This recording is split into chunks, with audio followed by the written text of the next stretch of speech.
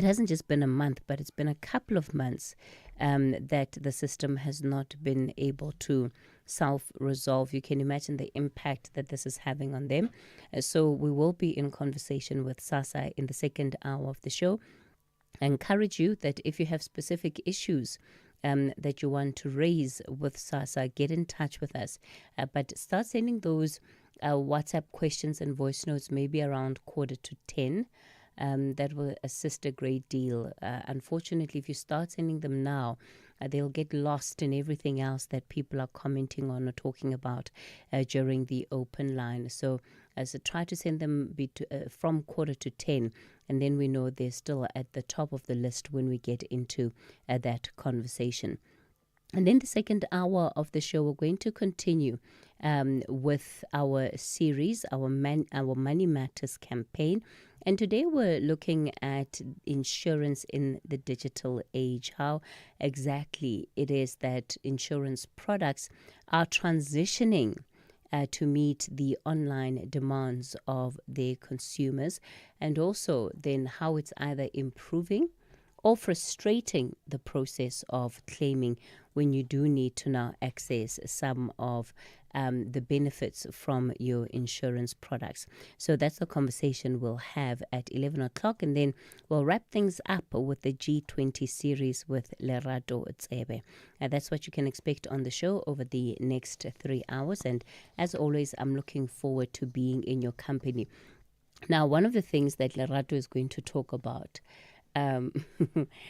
towards the end of the show later, as she looks into that G20 series, is absolutely going to be around the U.S. President Donald Trump, especially given the comments that he made yesterday. If you follow that series closely, you'd know that every week Lerato and I have been talking about how we're still waiting to see the commitment from the U.S. in as far as participation in the G20 is concerned. Yes, there was that commitment following the Oval Office meeting with President Cyril Ramaphosa and others, where Donald Trump confirmed that he would be coming to South Africa in November. But much of that hasn't been followed by the necessary action that shows the commitment of the country. And I guess last night then, the U.S. president really saying what many have suspected to still be the case, that he's still very much on the fence about coming to South Africa for the G20. On board Air Force One, reporting now by Reuters, when he was asked about whether he'd be attending this leaders summit, he said, "No, I think I'll send somebody else because I've had a lot of problems with South Africa. They have some very bad policies. A lot of people are being killed. So I think I probably won't. I'd like to, but I don't think I will." So that there is an indication of where the U.S. president still stands in as far as coming to the G20 is concerned. It does sound like he's going to be giving it a miss. All of this while South Africa is pursuing a reset of relationships between itself and the United States. So in 2 days' time, the 1st of August, the much spoken about tariffs will be kicking in. Our officials are hoping that in the next 48 hours, there will be some kind of miracle that takes place where the U.S. agrees to a trade deal with South Africa that will see those tariffs not coming into play. Now, one wonders, is this hope against hope, or do our officials actually have reason to believe that the U.S. is going to see things any differently to what it has in the last year? And let's think about it. Donald Trump last night talks about not having any plans to come to South Africa. He says, I might send a representative. He might. So that's how high up on his agenda this is. We believe that by Friday, we would get the U.S. to accept our latest trade deal on the table.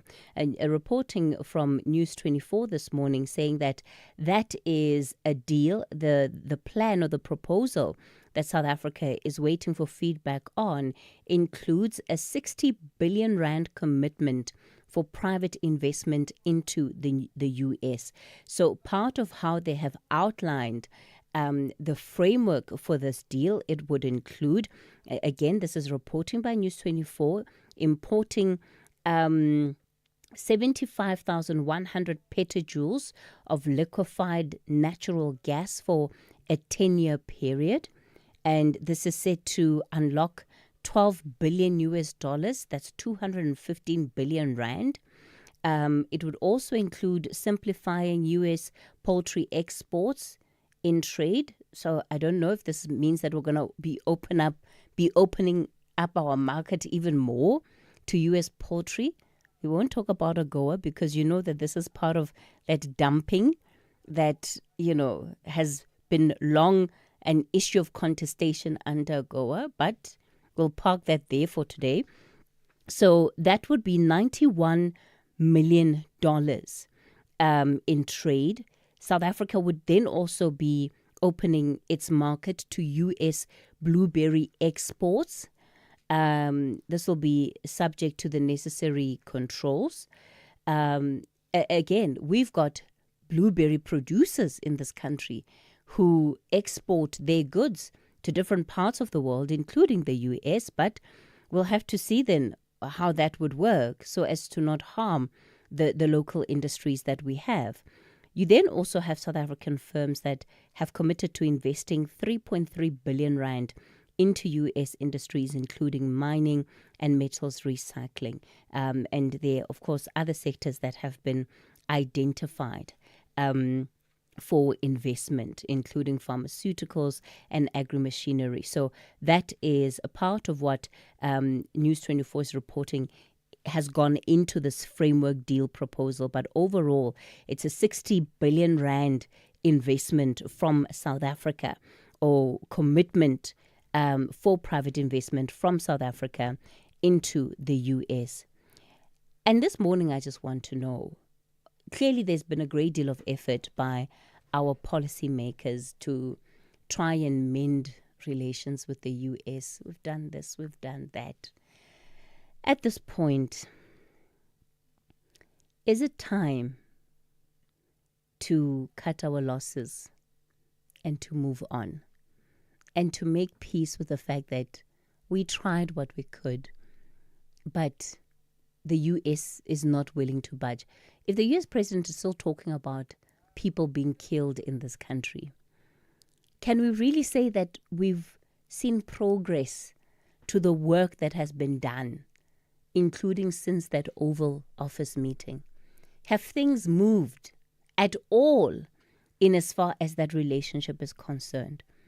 And how should we then be responding to this moment? The impasse clearly continues, but how should we be responding to this moment?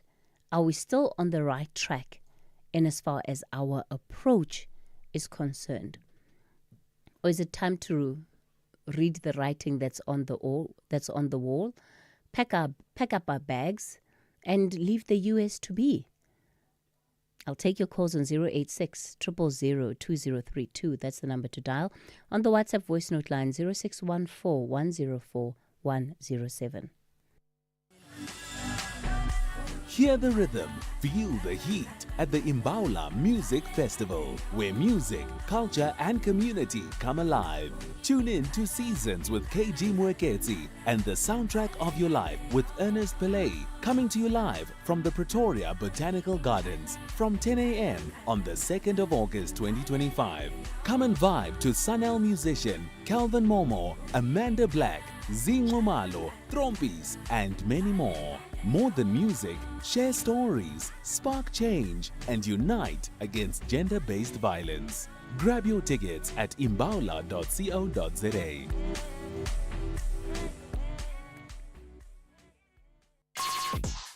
Call us on 086 000 2032.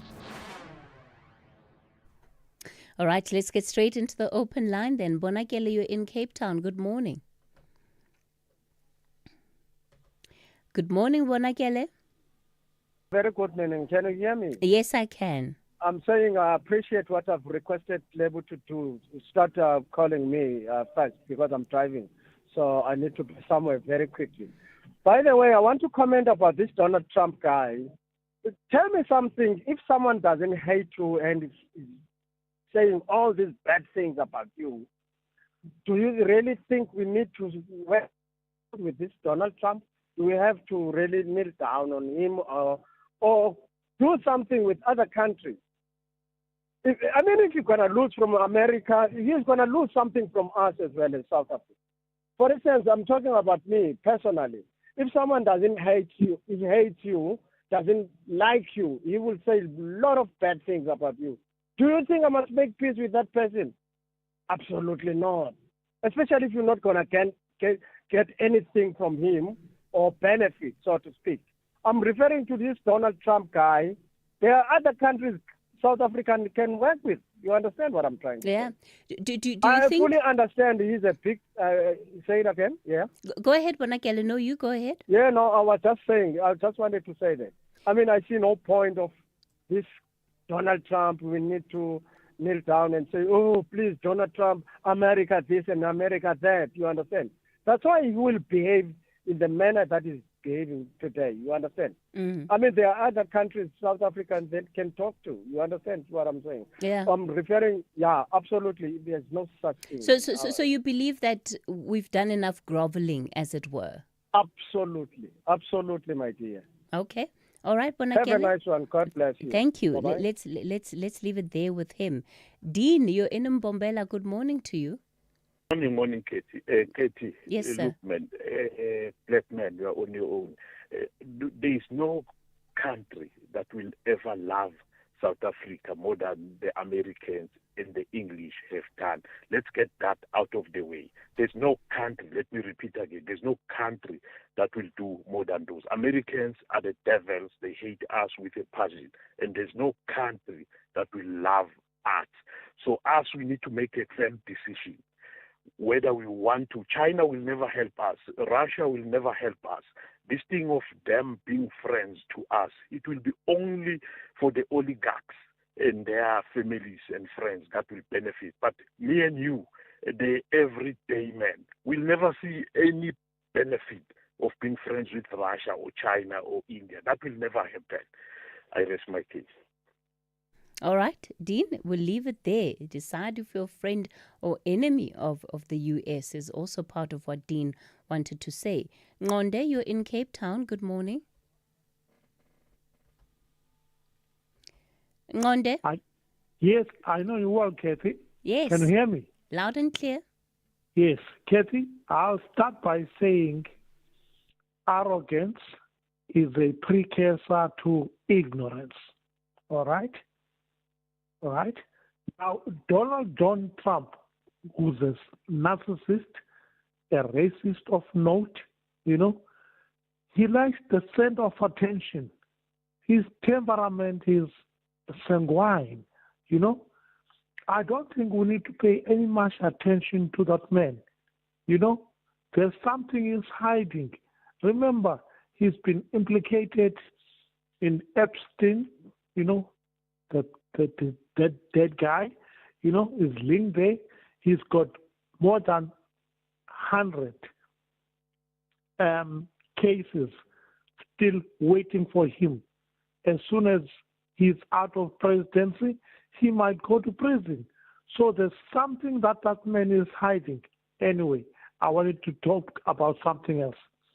Yesterday, Brigadier Atlanta Mate said they intercepted a smuggling of a truck, van, whatever, destined to the Cape Flats here in Cape Town.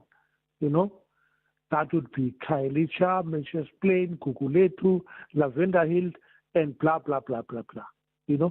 39 guns, 9 millimeters. If you assume ammunition in 1 millimeter, 9 mil is about 16 rounds of ammunition. At 39, it's about more than 600. In short, those guns are going to kill people one way or another. Now, those guys were caught. Now, I would suggest that somebody must establish as to who instructed them, because they are just the foot soldiers, not the mastermind, right? If they don't come up with the mastermind, then 25 years in jail, all right, without the option of a parole. Okay. Because those guns were going to kill people. Okay. Bye-bye, Cathy. Thanks for that, Ngonde. And, as you're breaking down those figures, last week on Citizens Corner, last week Wednesday, we did a bit of a deep dive into the drug problem, substance abuse problem in the Western Cape, and just the role of gangs. And my word, listening to our guests that were part of that conversation, when you hear them detail what the state of affairs in their communities is, Mitchell's Plain, Khayelitsha, surrounding areas, it is heartbreaking, because you can see that the very things that are supposed to hold the community up and keep the community together, the social fiber of the community, it has completely broken down due to drugs, due to gangs, and it is really a very, very, very big problem.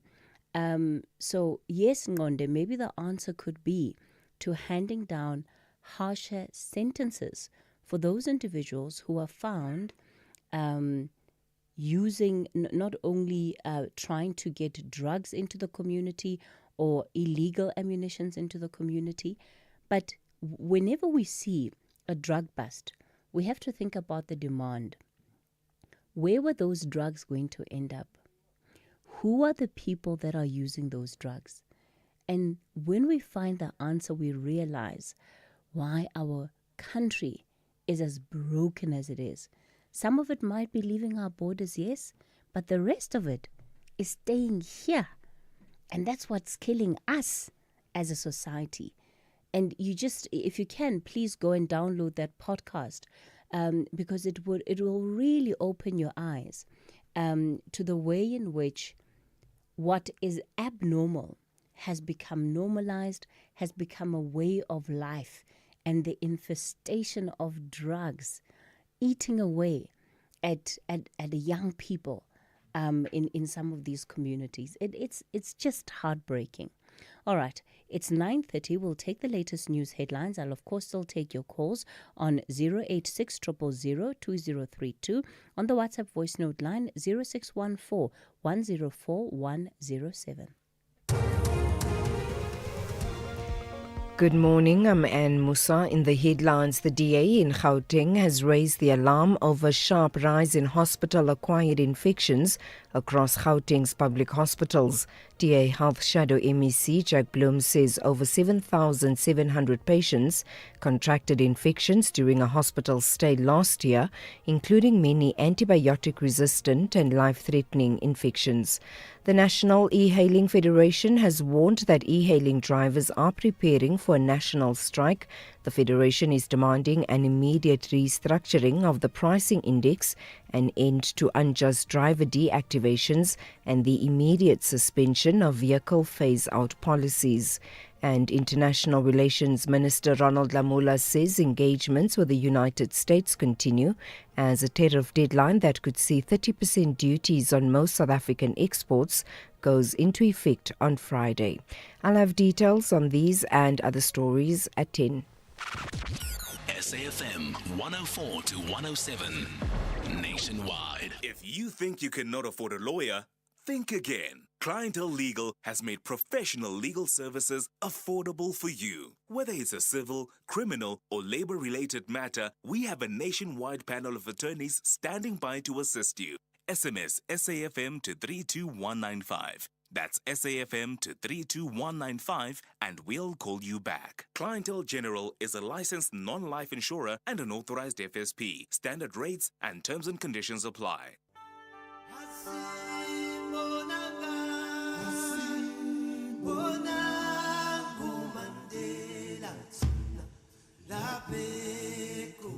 You are listening to SAFM Radio this Mandela Month. It is in your hands now.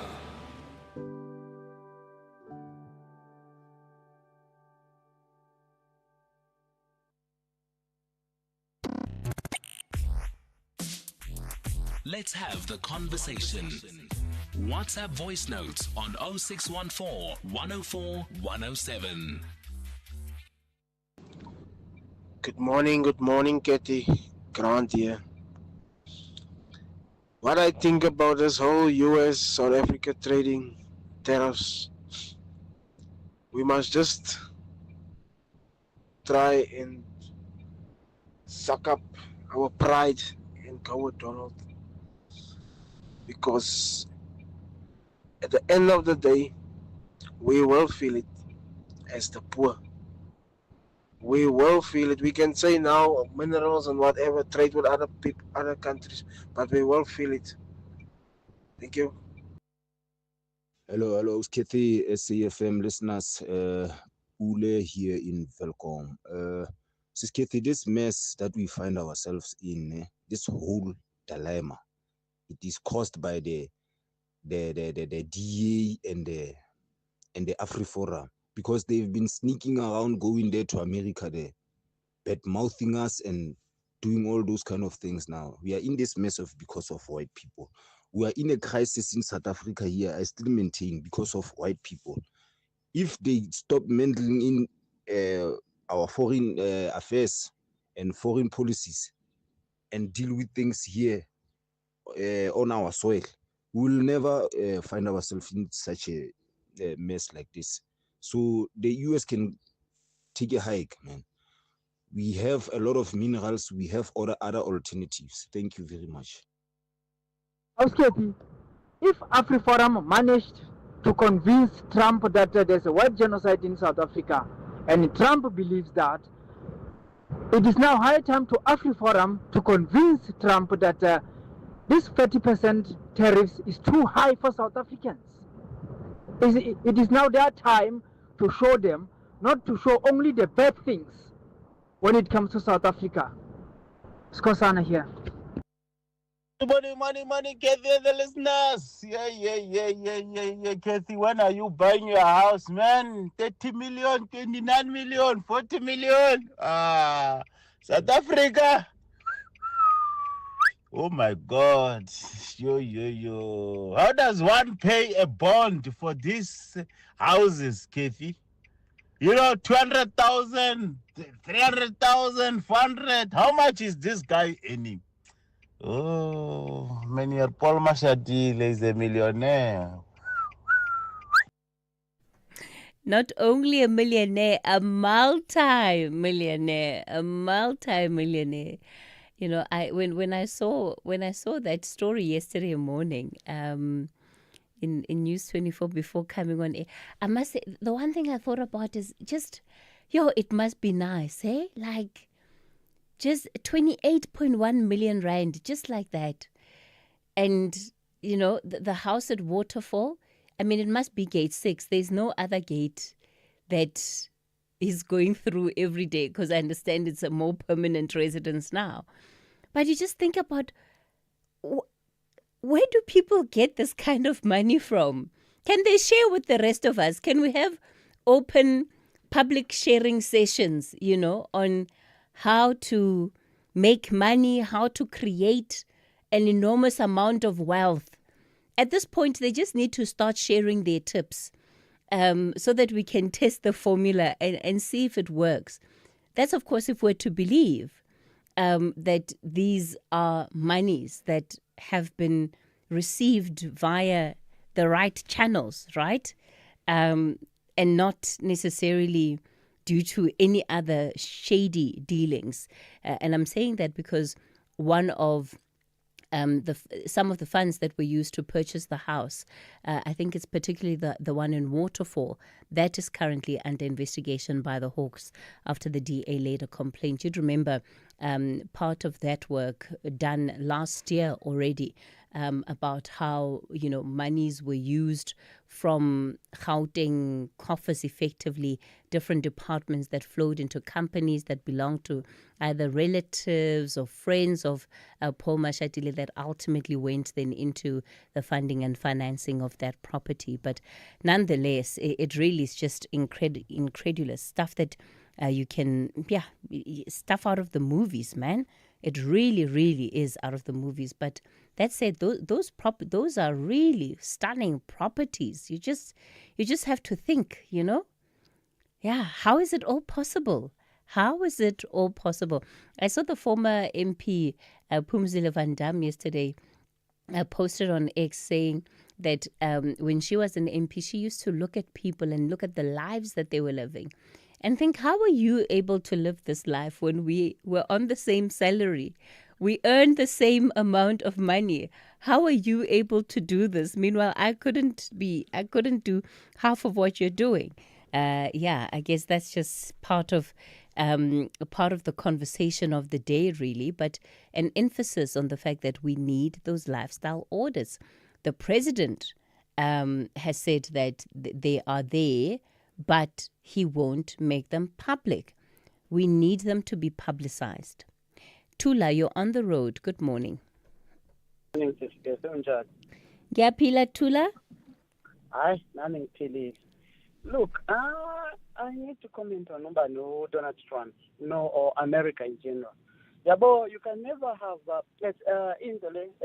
one-sided relationship will never work. However you look at it, however you approach it, it will never work. Yabo, South Africa, we've got other countries that would appreciate and respect us doing business with us. America will never respect us. They'll tell us jump, we'll say how high. And then they'll laugh at us. Ngoba abanandaba. They don't care. So the best thing is, let's just back up and look elsewhere. Really, we can do better businesses with other countries like Europe or like Africa. Yeah, but we are producing things which can be bought by Amanyamas. So let's back up and leave America alone instead of embarrassing ourselves, our president, every now and then. It's like you are begging a husband who doesn't love you. Mm. Yeah, but Tula, it hasn't always been like this. Do you think that that's not part of where we are as a country? We're grappling with the fact that we have had points in our relationship historically where we've been deeply respected by the US, where there's been mutual cooperation, collaboration, that this is an anomaly. All right, if that's the whole thing, let's wait until the administration that Trump finishes. Then we can go back and renegotiate or reposition ourselves with America. For now, we are embarrassing ourselves, and it's just enough. We are so South Africa. Imagine you are in a relationship no muntu ukambela manga every day, and uyazi to kamba manga, and you're saying it in openly. Where now things uzama ukulungisa izinto nalo muntu. Where are you going to end up? Nothing. Nowhere. So ngiyabonga sis. Yeah, Tula, thanks for that contribution. I guess the point that Tula's making around mutual respect is a really, really big one. It's one thing to have differences, but then every opportunity you have to speak about the country, you can't find one good thing to say.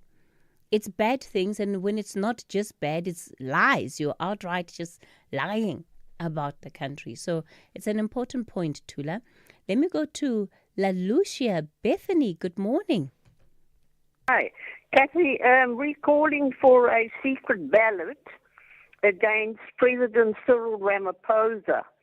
And then they said, well, who would take his place? Well, obviously, to me, it would be Helen Zille for president. Okay, Bethany. Okay. But how no, don't go yet. How would Helen Zille become an option? Talk me through the steps of how you see this happening, right? Well, I don't know. I hear Helen Zille speaking on the radio, and she comes across as a very competent person. And therefore, as far as I'm concerned, if they want to get rid of President Cyril Ramaphosa, give her the opportunity.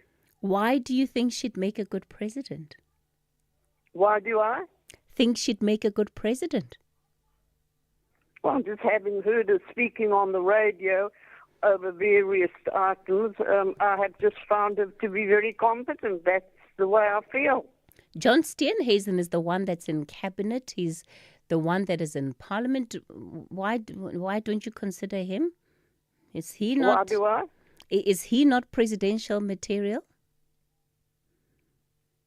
John Steenhuisen. Sorry, the line isn't good. Sorry. Yes. So Bethany, I'm wondering why you've skipped John Steenhuisen, who's already in cabinet, to go to Helen Zille, who's not even a member of the executive. Well, I don't think I'm too well informed on everything, but, that's just what I have. Okay, Bethany, I'll leave it there. Okay. Okay. Calling Thank us from you. a beautiful part of the country out in La Lucia. She says Helen Zille for president. Tell you what, the one thing Helen Zille is ready to do is be mayor of Johannesburg. I wonder if she'll decline such an offer, if it was supported by those in her party and maybe other South Africans who were indicating that, in fact, it's something that they think she would be very good at. I think, there's a lot to be said about Helen Zille as a politician, and in particular as a female politician in what is a very heavy male-dominated industry, just the survival. I'd be quite interested to see the person who's going to do a bio on Helen Zille, the politician. That is absolutely something worth looking at. Charlie, you're in Koffiefontein. Good morning. Hello, Cathy. Yes, sir. I'm saying these things of the tariffs, whether we want to admit it or not, all these things started with our white minority going to the U.S., thinking about an imaginary white genocide, telling that how they are being persecuted in South Africa, and how they are being oppressed, they are being genocided against. The U.S. is one of the most advanced countries when it comes to intelligence. Trump knows there's no such thing happening. But just because now we want equality in our country, and whites feel as if we know what our redress policies is oppressing them, because they want to go to hold on to the ill-gotten gains. They want the status quo to stay the same. They don't want any equality in this country. Now Trump has South Africa on its radar. The orange Trump yesterday said again that the policy that we have, which leads to killing of white people in South Africa, it's all because of these white people and AfriForum, the likes, who are representative of white people. We all know in South Africa there's no such. That myth has been debunked. But I'm glad this is happening for two reasons.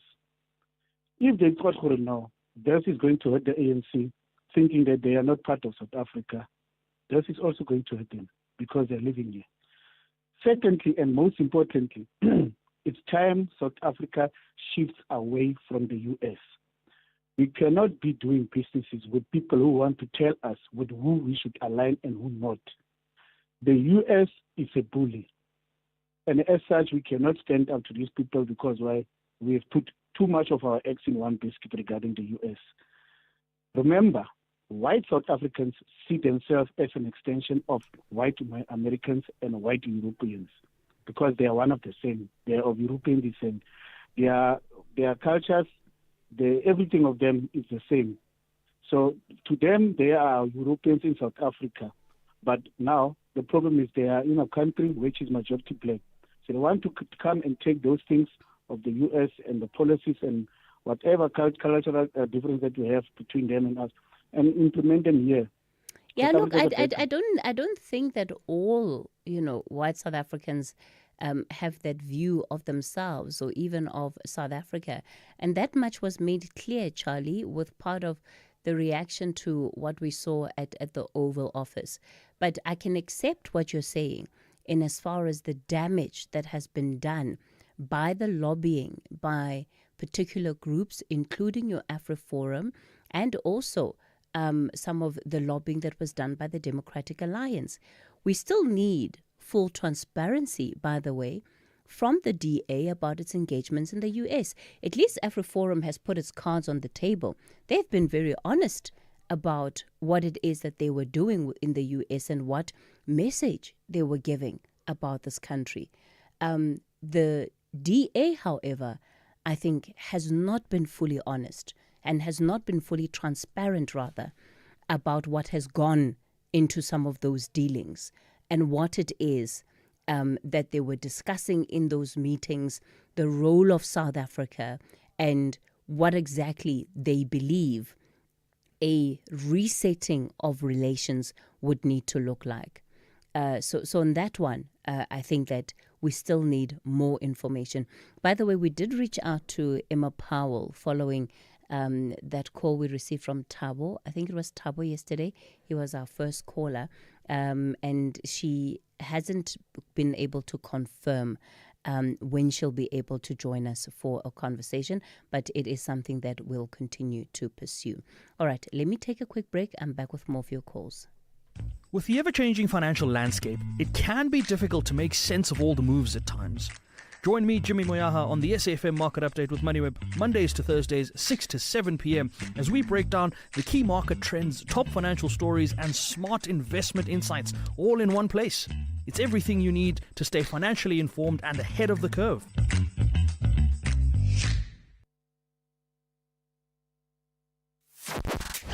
Cathy Mohlahlana on SAFM. We've all been looking at this saga from the outside looking in. Very clear that there are factions within the SAPS. The biggest challenge that we have in the SAPS is the issue of leadership. You will recall that in 2008, specialized units were closed down without conducting what we call a work study, which will inform management the rationale behind the closure and why they need to move away from the area offices, specialized units, towards another direction that they have decided then. We have managed to have specialized units in child protection and family violence to be reopened fully. Mpho Kwinana, Secretary General of the Independent Policing Union. If you're ready to talk, I'm here to listen and nothing is off the agenda. Call us on 086 000 2032. You're listening to The Talking Point. It is still the open line. I'm taking your calls on 086 000 2032. On the WhatsApp voice note line, 0614 104 107. Tulani, you're in Walkerville. Good morning. Good morning, Cathy. Yes, sir. How are you? Cathy, look, this issue of the tariffs, people just don't understand geopolitics. It has nothing to do with Trump's personality, that is narcissistic and all that. It has everything to do with the Jewish lobby, the Zionist lobby in the United States. If people recall, last year, towards the end of last year, South Africa took the unprecedented, historic step of, taking the state of Israel to court for the genocide that is currently taking place in the Gaza Strip. And what is happening now is that the U.S. is simply punishing South Africa for that principled stand. That's all it is. The second part of the question is, what should we do? What should South Africa do? The fact of the matter is that the U.S. does not command any lead when it comes to the future of our nations. We shouldn't be looking. There's nothing to gain from the U.S. The only thing the U.S. produces that I think everybody would agree is movies and the entertainment culture. They have nothing. They are not innovative. They don't produce anything that is worth anything. In the 80s, They exported all their manufacturing to Asia. That is where South Africa should be looking, and the African continent as a whole. We should be looking to Asia. We should be looking to China. That's where the future is. There's absolutely nothing to gain from the U.S. And I think that, and funny thing is, during the dark days of apartheid, the biggest support for the apartheid machinery, apartheid state, came from the United States. The policy of constructive engagement, which was basically a policy to say we will look away. This was during Ronald Reagan's time. We will look away. We will pretend that the apartheid, it doesn't exist, and we will, secretly support the apartheid state. That's how the South Africa-U.S. relations have been historically. And in fact, when Mandela became president in 1994, it took the American government more than 20 years to remove his name as a terrorist. Mandela visited the U.S. Congress and addressed both houses of Congress while still labeled a terrorist. So we have nothing to gain from the U.S. The U.S. is not the future. The future is Asia, is China, it's the African continent. We need to look inwards. We need to increase intra-Africa trade. I mean, Cathy, we've got 54 African countries. We hardly trade amongst each other as African countries. We are the richest, the most resourced continent on the entire planet. And yet, as African states, we don't trade amongst each other. We don't mine our own minerals. We don't beneficiate. Everything we do, we export, and we beg for aid. We beg for everything because we've got dumb leaders. And I think we need to look away from the U.S. Forget Trump. Trump is coming and going. There will be other administrations. Tulani, do you not think that part of where we are, unfortunately, is that a lot of lip service is paid to the potential that lies on the continent, which is now why we have the Africa Free Trade Agreement and all of the, the different work that is being done to get, countries to not only buy into it. By the way, let's not forget, we're still having to convince countries to buy into it and then also to get it going. That for now, it seems to be a bit of a utopia if we're looking at realistically what is coming out of that particular agreement and the uptake of the sentiment and the wish expressed within it on the continent. That are you going to forgo something that you have? Should you not fight to hang on to it as much as possible rather than pursue this dream that really remains in the realm of dreams? No, everything begins with a dream, Cathy. And it's not true. It's just the mainstream media that spins this narrative that everything that comes out of Africa will not succeed. And I'll tell you why that is done. It's done because it's a threat to the global order. If the African continent could create the same union that you have in Europe, the European Union, if they could create that sort of thing and it succeeds, Africa would not need any country in the West. They would completely cut themselves from the West because why? They would mine minerals in Angola, beneficiate them in Angola, mine gold in South Africa, beneficiate it and create jobs, create industry. The idea that the African Free Trade Agreement will not succeed is a narrative that is constantly pushed. Tulani, I'm not saying that it will not succeed. If implemented, it has great opportunity. What I'm saying is, I'm talking about the reality. The reality is that you still have countries that need to be convinced about putting effect to the Africa Free Trade Agreement. So let's not talk like there's general consensus on the continent about the fact that this is something that is going to work and is going to benefit everybody that's on the continent. There isn't consensus around that.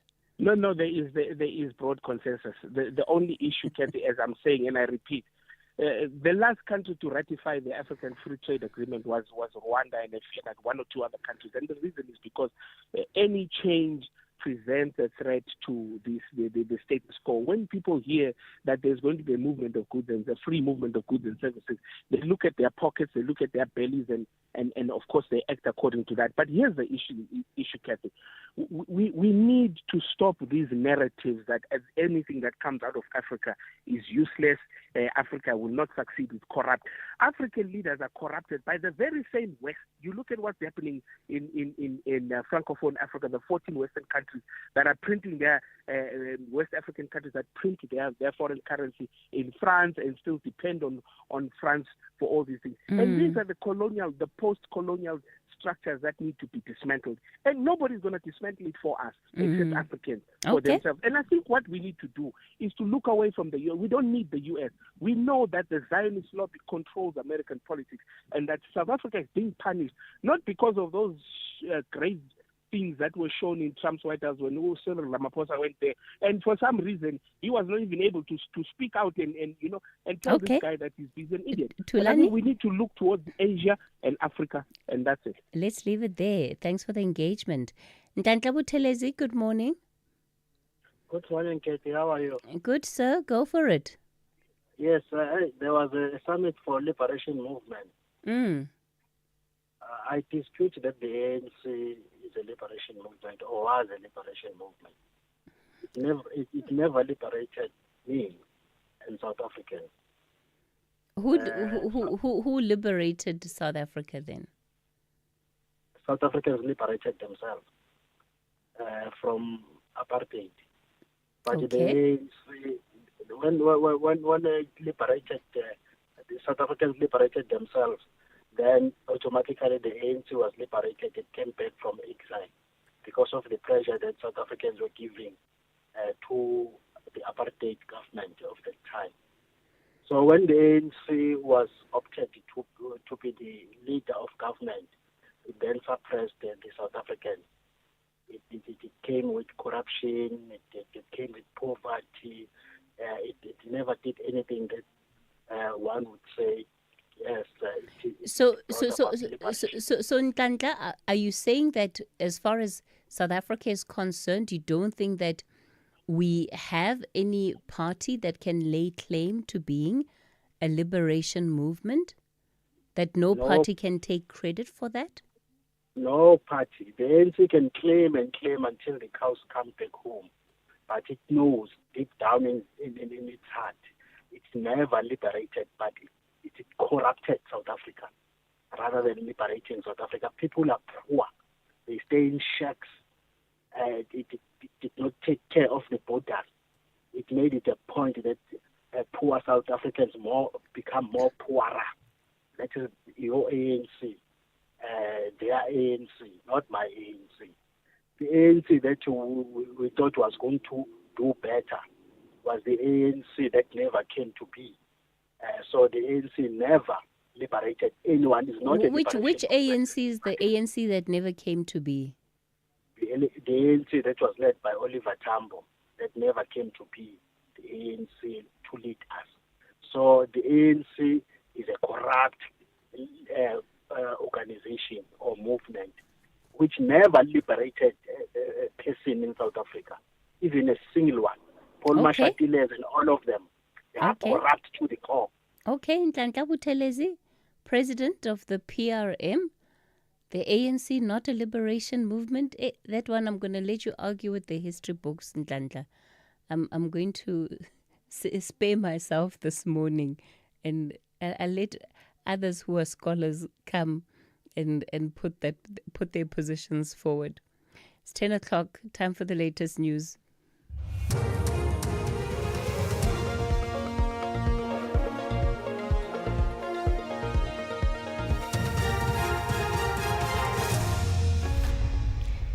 In our top stories, DA raises concerns over hospital infection crisis and tariff talks between South Africa and the US continue. Good morning. The DA in Gauteng has raised the alarm over a sharp rise in hospital-acquired infections across Gauteng public hospitals. DA Health Shadow MEC Jack Bloom says over 7,700 patients contracted infections during a hospital stay last year, including many antibiotic-resistant and life-threatening infections. Charlotte Maxeke Hospital has been identified as the worst hospital with an 11% infection rate, meaning every 1 in 10 patients pick up an infection other than what they were admitted for. Bloom says this was revealed in a written response in the Gauteng legislature. Well, the department itself admits that the problem is they've got severe staff shortages, they've got broken equipment, and most concerning, they don't have enough cleaners and they don't have enough proper soap or enough clean linen. They say that the lack of clean linen, sufficient linen, is also a problem because they have to keep reusing sheets. So obviously that's an infection risk as well as the shortage of basic cleaning materials. And I would say overall it's just poor management. The National E-Hailing Federation, NEFSA, has warned that e-hailing drivers are preparing for a national strike. The federation is demanding an immediate restructuring of the pricing index, an end to unjust driver deactivations, and the immediate suspension of vehicle phase-out policies. Commuters nationwide who make use of services such as Uber and Bolt have been urged to organize alternative transport. President of NEFSA, Elijah Uhuru Lihwane, says the national strike is imminent. The reason we are talking about the national shutdown is because of a 35% drop in fares since 2016 to now. We are talking about the deactivation of our drivers from the platform without due process being undertaken. We are talking here about the phasing out of our vehicles, like 5 years old, despite the fact that those vehicles are still under installment payments. A 64-year-old man from Mamelodi in Pretoria has been sentenced to life imprisonment for the repeated rape of his daughter.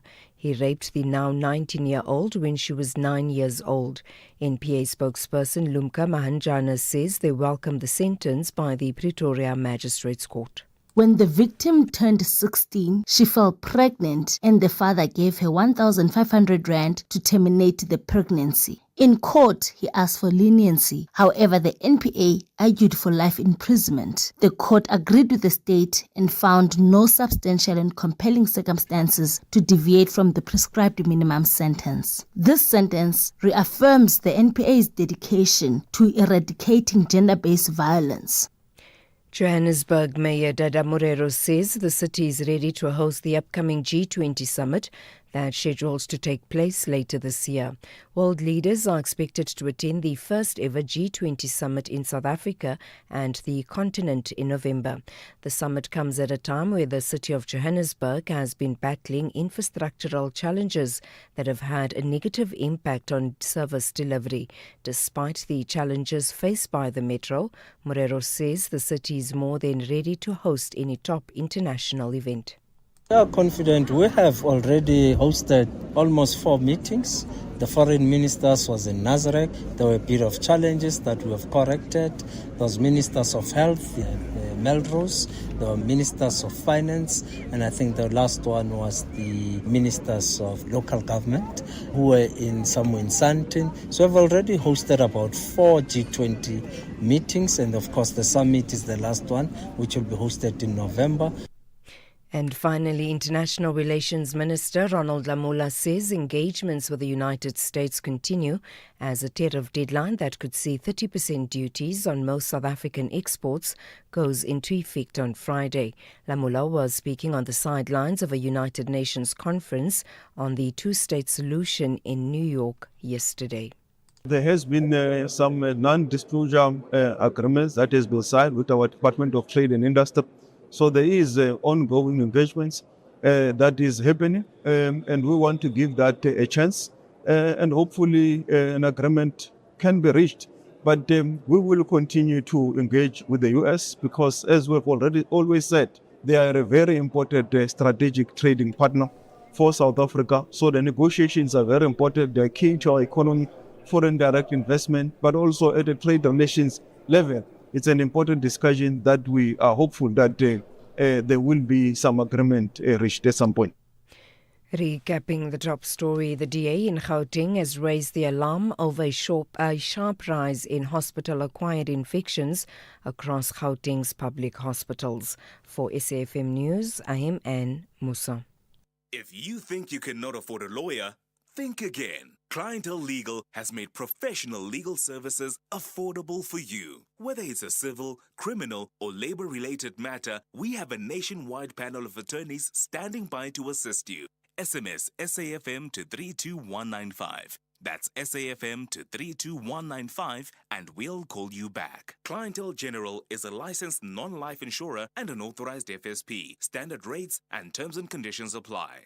Breaking news. SARS has enhanced the personal income tax return form. It has simpler questions that adapt to your income and deductions based on your answers. Whether you're employed or self-employed, the digital form has built-in guidance and the option to save and finish later. Tax matters, so does your time. File with ease on e-filing or the SARS Mobi app today.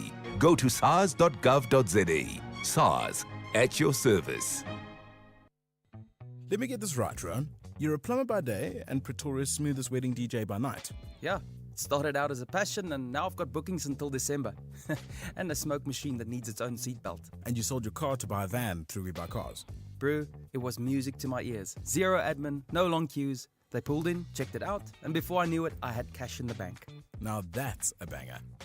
We Buy Cars. Geared for your passion, geared for you.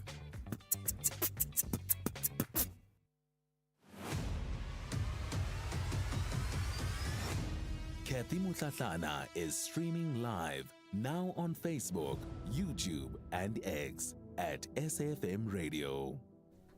8 after 10 o'clock, welcome to the second hour of the show. Coming up in this hour for Citizens Corner, we are going to be looking at SASA and in particular some of the challenges at least raised by our listeners when it comes to the review process that the agency has been conducting, but also the transition to the gold cards and those people that say that they haven't been able to get assistance, some saying it's been months now since they were last able to access their social grants.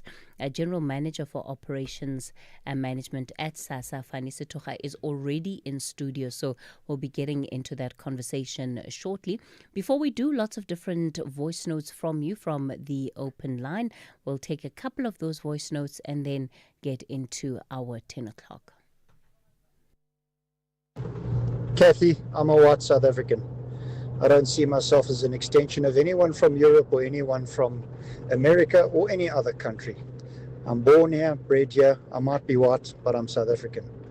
Changing the subject to something real, please can you cover the issue of up-and-coming politicians, people that are actually been to university, have studied social science, history, something to that effect, that are going to come up in this country and help us make a difference in this country to a positive effect. Would love you to cover that issue of up-and-coming people that can actually get their way into governments, and let's get rid of, with all due respect to the elders, let's get some young blood up in there. Good day, SAFM and South Africans. Yes, the Trump tariffs will affect the poor. I'm not so sure that the ANC are pro-poor or able to effectively change the conditions of the poor, having given up on their ideology which they came into power with. If we look at the Paul Mashatile's mansions, etc., these people are living beyond their means, and they're doing it with our finances, with the finances of the poor and the middle classes. So we need to switch the situation around politically. We need to be able to form new political movements, perhaps movements that don't reside in the party, because the party is the actual problem in my view. Whether it's the Republicans or the ANC, it all leads to corruption in some form or another. So that's my view. Good morning, this is Kevin here from the business. Our enmity between the United States and us, South Africa, started when we took the Israel to International Criminal Court. That's where everything started. Actually, that is the straw that broke the camel's back. The relationship started to be sour there and then. And we're being punished for supporting Hamas. We're being punished for supporting the Palestine. So it started there. So making the relationship to be mended is just a waste of time from our side. just walk away from them.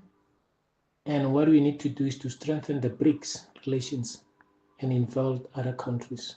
Jimmy Wolper from Kobokwa.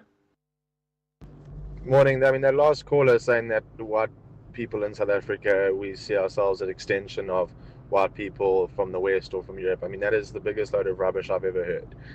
That couldn't be further from the truth. Maybe there are some people in South Africa that feel that way, but I'm pretty certain that majority of white people vehemently disagree with that statement. I mean, I'm a white South African male. I couldn't even consider living in Europe or in the States just because of the difference in culture, and bringing my kids up in a country that doesn't represent what I believe in, and the beauty of the people and the cultures and the diversity of our country. I mean, there's a million things I could go on about what keeps me grounded to South Africa. I mean, it's absolute rubbish. Hear the rhythm, feel the heat at the Imbaula Music Festival in partnership with SAFM, where music, culture, and community come alive. Join us on the 2nd of August 2025 at Pretoria Botanical Gardens from 10 a.m. to 10 p.m. to vibe to Sanal musician Calvin Momo, Amanda Black, Zing Lumalo, Trompis, and many more. More than just music. Share stories, spark change, and unite against gender-based violence. Grab your tickets at imbaula.co.za. Brought to you by SAFM and SABC1. Hear the rhythm, feel the heat. Imbaula. SAFM, leading the conversations that move us. Are you looking for deals you can't ignore? Get to Dis-Chem for great deals this winter for the whole family. Save a massive 400 Rand on the Gillette Fusion 5 Pro Cartridges 12-pack, now only 999 Rand 99.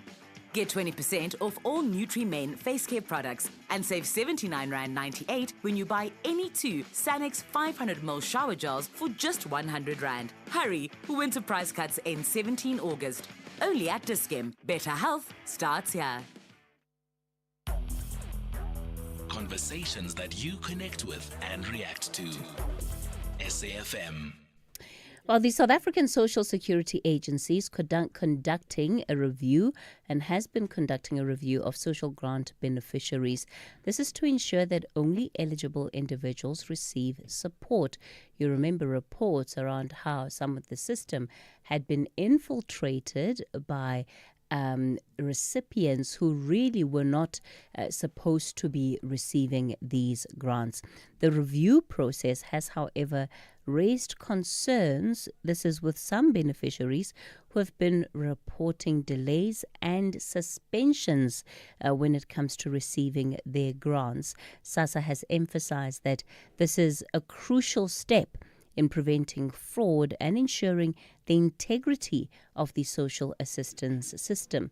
So right here on the talking point, we've received complaints from our listeners who say that some at least complain about being cut off from receiving their grants and further not getting the support or assistance that they need when they approach SASA offices.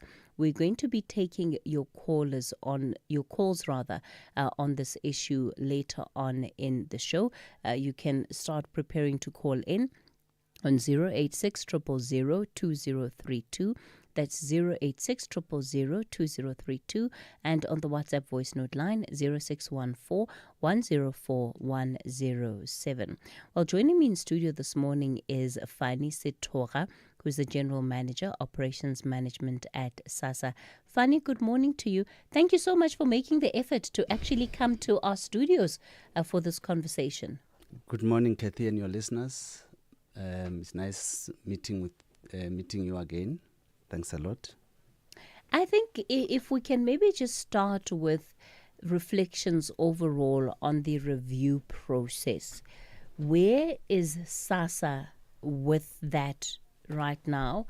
And what would you say the impact of it overall on your system has been? Because part of what you've been trying to do is identifying those clients who may have been receiving grants fraudulently so, in that perhaps there's elements of the criteria that SASA has which they don't meet. So these are individuals that shouldn't be on the list, but for whatever reason have ended up on that list. So perhaps, Cathy and your listeners, it would be best to first clarify the origins for social grants reviews. So you would recall that SASA renders two groups of services. We're rendering services in the form of what is known as the COVID-19 SRD 350. And that particular grant has got its own income threshold, which is a single value. It doesn't matter who applies, but the means test threshold is a single value. So if you meet that one value, you would then be able to qualify. But then you have the normal social grants that are structured different from the COVID-19 SRD. And I say they are structured different because the normal social grants, each grant type has got its own means test threshold limit. It also depends on whether you are married or you are single. The means test thresholds will be different. With normal social grants, we take into account the property portfolio that you have, what you which properties do you have, which ones are you staying in.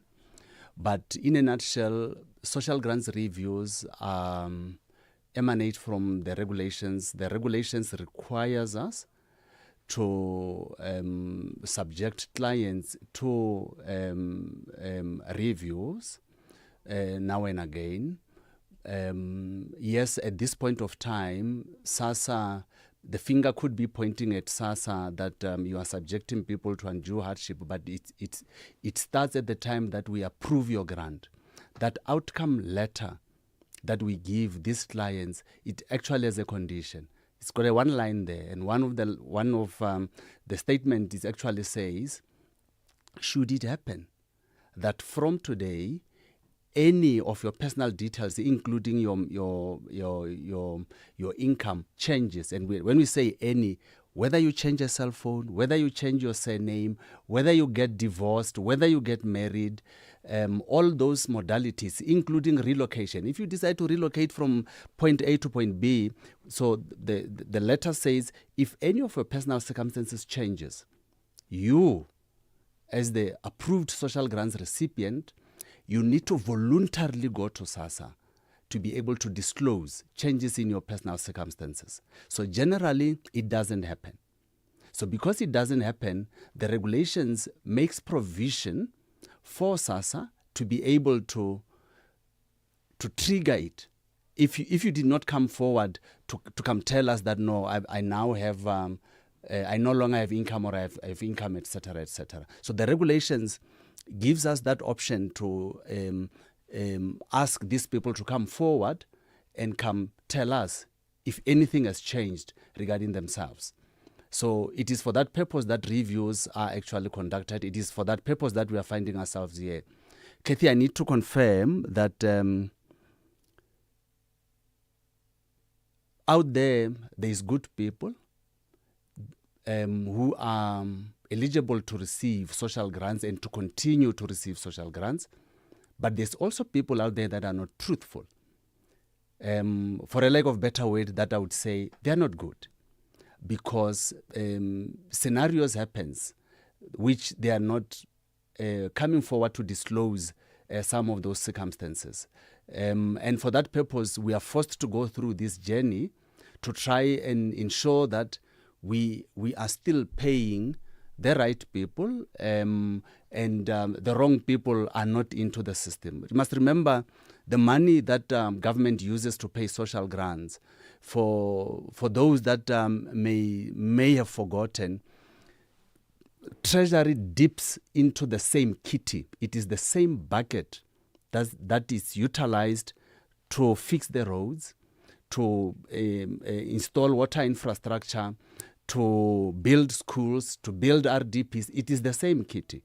So that same kitty somehow we've got to make sure that it is preserved. When I say it is preserved, is that we need to somehow make sure that we do save money by avoiding that money being dispersed to wrong people. Because some people that we pay grants to, today you came, you were not working, you didn't have income. Suddenly, a month or two down the line, you are now married and you now have an income or possibly some business opportunities. We don't know what is happening with these individuals once they leave SASA offices. And the only way on which we can know is when two things happen. When they voluntarily come disclose, or when we have to ask them to come forward and share with us what could have changed. So, Funny, I absolutely understand the reasons why an organization like the one you represent would need to conduct reviews. At the same time, though, if we are to look at what the courts have said about the means test used in particular for the SRD grant, that's the 350, there has been a finding by the court that that means test was used and has been used as a mechanism to keep people out of the system. So we all know that there is simply not enough capacity, and as far as resources are concerned, to give every single person that has applied for the SRD grant the 350 rand. And due to those restraints, then we also saw, that introduction of the means test to say, but who truly qualifies for this? And even then, you still have organizations that argue that some of those who should qualify are disqualified by this means test, which is discriminatory. But would you mind if we don't discuss that court judgment? No, I don't want us to discuss it. It is sub judice. I don't want us to discuss it. We have appealed it, and our appeal has been accepted. So I'm not refuting that, Fanny. Just allow me to get to where I was going with it. The reason I'm bringing it up is that you can't run away from the fact that there is a perception that exists that SASA is trying to get less people on its client base due to existing fiscal constraints. And these are not constraints that, by the way, have been created by SASA. There's only so much money that Treasury is going to give you. And we all know what the state of affairs in our country is, and as far as unemployment and dependency then on the social welfare system that exists. So if you can maybe respond to that for me, where there are misgivings about, well, is this a review process simply to deal with those that may be fraudulently on the system, or is it also a way of saying, look, we may have more clients than we can actually cater to, and this perhaps is another way of getting less people on the system? So you must remember, Cathy, social assistance is a constitutional right. And therefore, we're not trying to get less people into the system than they qualify to access the right. So if you qualify to access this right, we will allow you in. But what is key is that you must remember the law that makes these people to exercise this right. It defines the conditions for you to qualify. And some of those conditions is what we term this particular threshold for means test. It is very clear. I mean, if you look at older people, the means test thresholds for older people, the regulations defines them in black and white. So it's got nothing to do with SASA. Take SASA out because SASA doesn't write regulations. So it says, look, you can earn income. You can earn any income that you may earn, as long as it doesn't exceed on a month to month. If you are a single person, such income it shouldn't exceed 8,990.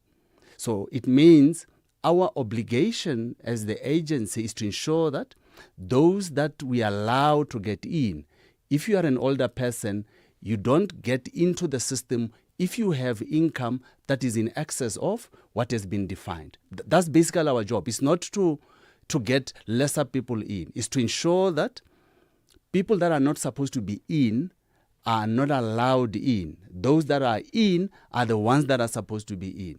So for that purpose, because you could have a person, like I said, it doesn't mean that if you have an income, and I'm talking now for normal social grants, it doesn't mean that if you have income, you wouldn't qualify for a grant. It's not true.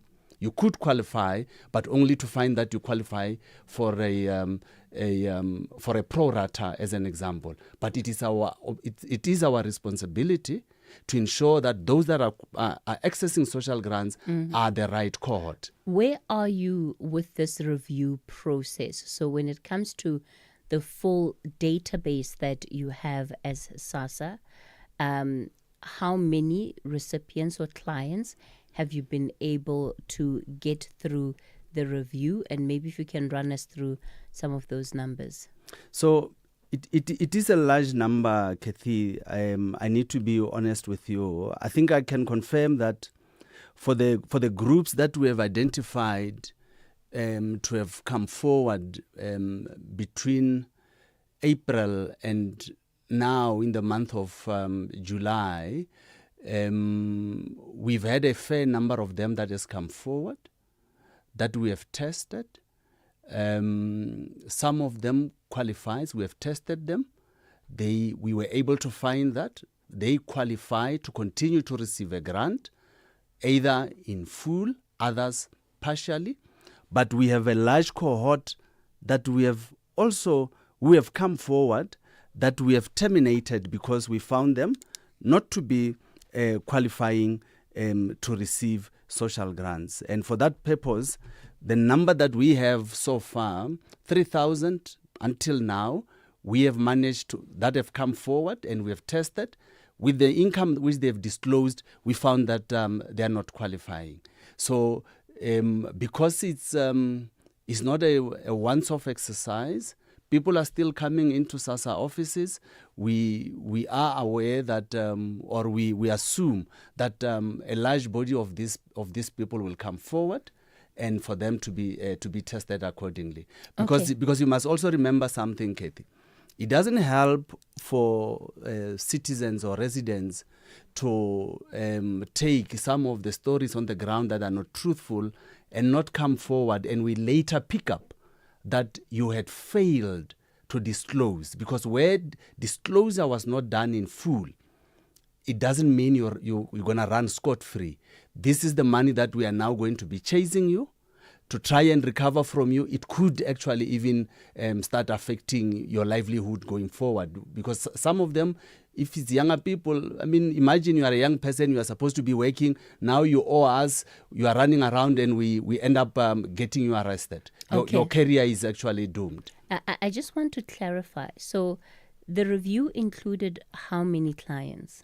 So for this round, we tested a population of 3 million people, and out of that particular 3 million people, we got back just around 300,000 of them that were identified to be the ones that needs to be called to come forward, so that we are able to test them, because they could be... So they were red flags, basically, amongst the 3,000. Exactly. Okay. Yes. So because we can't take the entire population, unfortunately. We've got to find mechanisms of prioritizing certain groups that have to come forward. Okay. Fanny, I'm going to pause you there because I still want you to help us understand those numbers clearly. We're going to continue the conversation with Fanny Setoha. He's the General Manager, Operations Management at SASA. For now, it's time for your latest news headlines.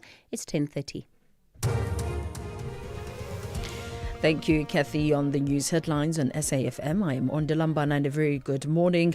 The presidency has reacted to comments made by retired Chief Justice Raymond Zondo about the pain he felt when he had to swear in cabinet ministers who had state capture findings against them. 3 suspects arrested in nuclear Johannesburg will face charges of child abuse and neglect. This after a video went viral on social media allegedly showing a mother smoking drugs with her young son. And the DA Gauteng has raised the alarm over the sharp rise in hospital-acquired infections across Gauteng's public hospitals. A full update follows at the top of the hour. Taking a look at your markets this morning, the rand is currently trading at 17 rand 85 to the dollar, 23 rand 84 to the pound, and 20 rand 62 to the euro. Markets in Asia were mixed at the closing bell. The JSE is lower in mid-morning trade. Markets in Europe are trading weaker. Gold is trading at $3,328. Platinum, $1,383 per ounce. The price of Brent crude oil is at $72.82 a barrel. If you think you cannot afford a lawyer, think again. Clientele Legal has made professional legal services affordable for you. Whether it's a civil, criminal, or labor-related matter, we have a nationwide panel of attorneys standing by to assist you. SMS SAFM to 32195. That's SAFM to 32195 and we'll call you back. Clientele General is a licensed non-life insurer and an authorized FSP. Standard rates and terms and conditions apply.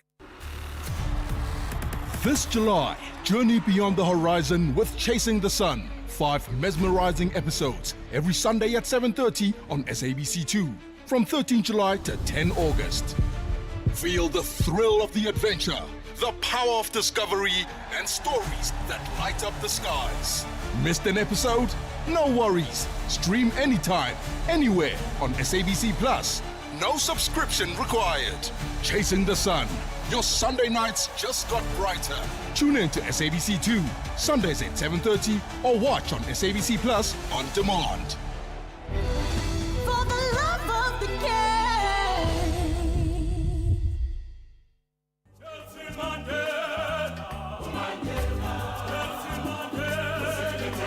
This Mandela Month, SAFM celebrates the spirit of Ubuntu, calling on all South Africans to engage, uplift, and do good for one another.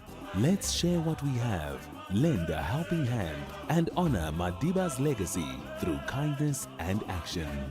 Join SAFM as we bring you powerful conversations, inspiring stories, and voices that drive change all month long. SAFM, leading the conversations that move us.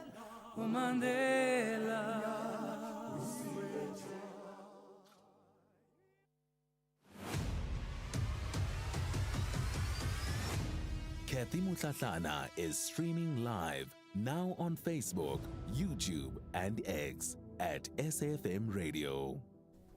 We continue the conversation on the talking point. Fanise Tocha, General Manager, Operations Management at SASA, is our guest this morning. So I will be taking your calls soon. I'd say in the next 6 minutes. Just 2 more questions from me to Fani. The number to dial 086 000 2032, and on the WhatsApp voice note line 0614 104 107.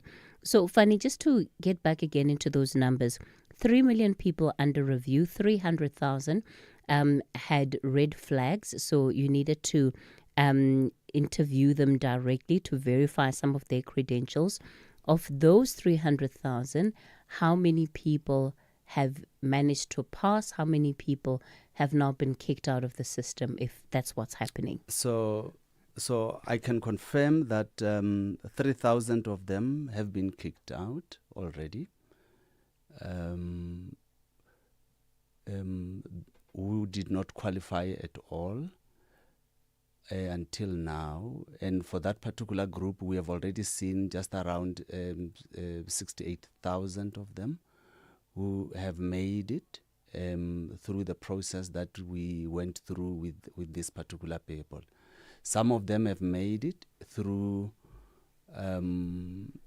full access to the grant. Others would have made it through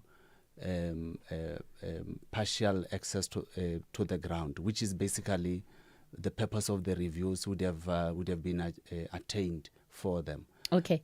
So does that mean that it's done, that the review process is done now? It is done for them for this particular round, but it doesn't mean that if we somehow pick them up next year, we may not call them back. we can call them back if we do pick them up through some of the interfaces that we have. That suddenly, let's assume next year around this time, we pick up that Cathy has just done business with government on an entity that was never there all along. It was registered maybe 7-8 months ago. Then we could bring you up as well. Is the data able to tell you when it comes to these clients, especially those that have been kicked out, how many of those have been part of the people who were fraudulently getting grants? Because there is a distinction, right, between somebody whose circumstances have changed and they haven't informed SASA versus, let's say, you have a public servant who earns a salary but somehow manages to qualify for a grant and nobody knows how this is happening. So for those that are suspected to be fraudulent, we may not know as yet. We will be able to know at a later stage because so what we haven't done, so with the review process, the value chain that it goes through is we ask you to come forward. You must come forward. If you don't, after a particular time frame, we are going to suspend you. So suspension, it means your money will not be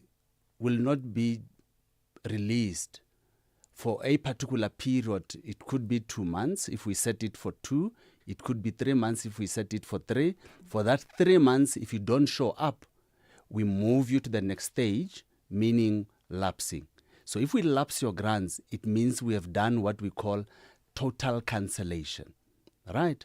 But if we cancel your grant totally, by implication, it means if we cancel it because you never showed up, by implication, you have just classified yourself as a potential fraudulent person.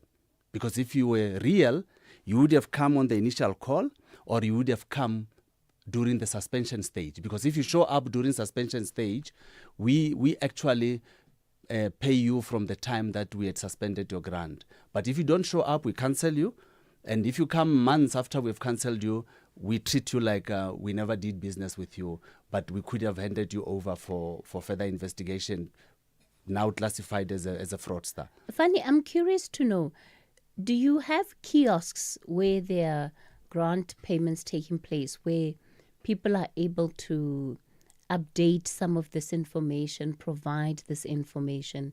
Simply because that's the one area, especially if I'm thinking about your more rural areas as well. That's the one place where people would show up at the end of the month or at the beginning of the month to receive their grants.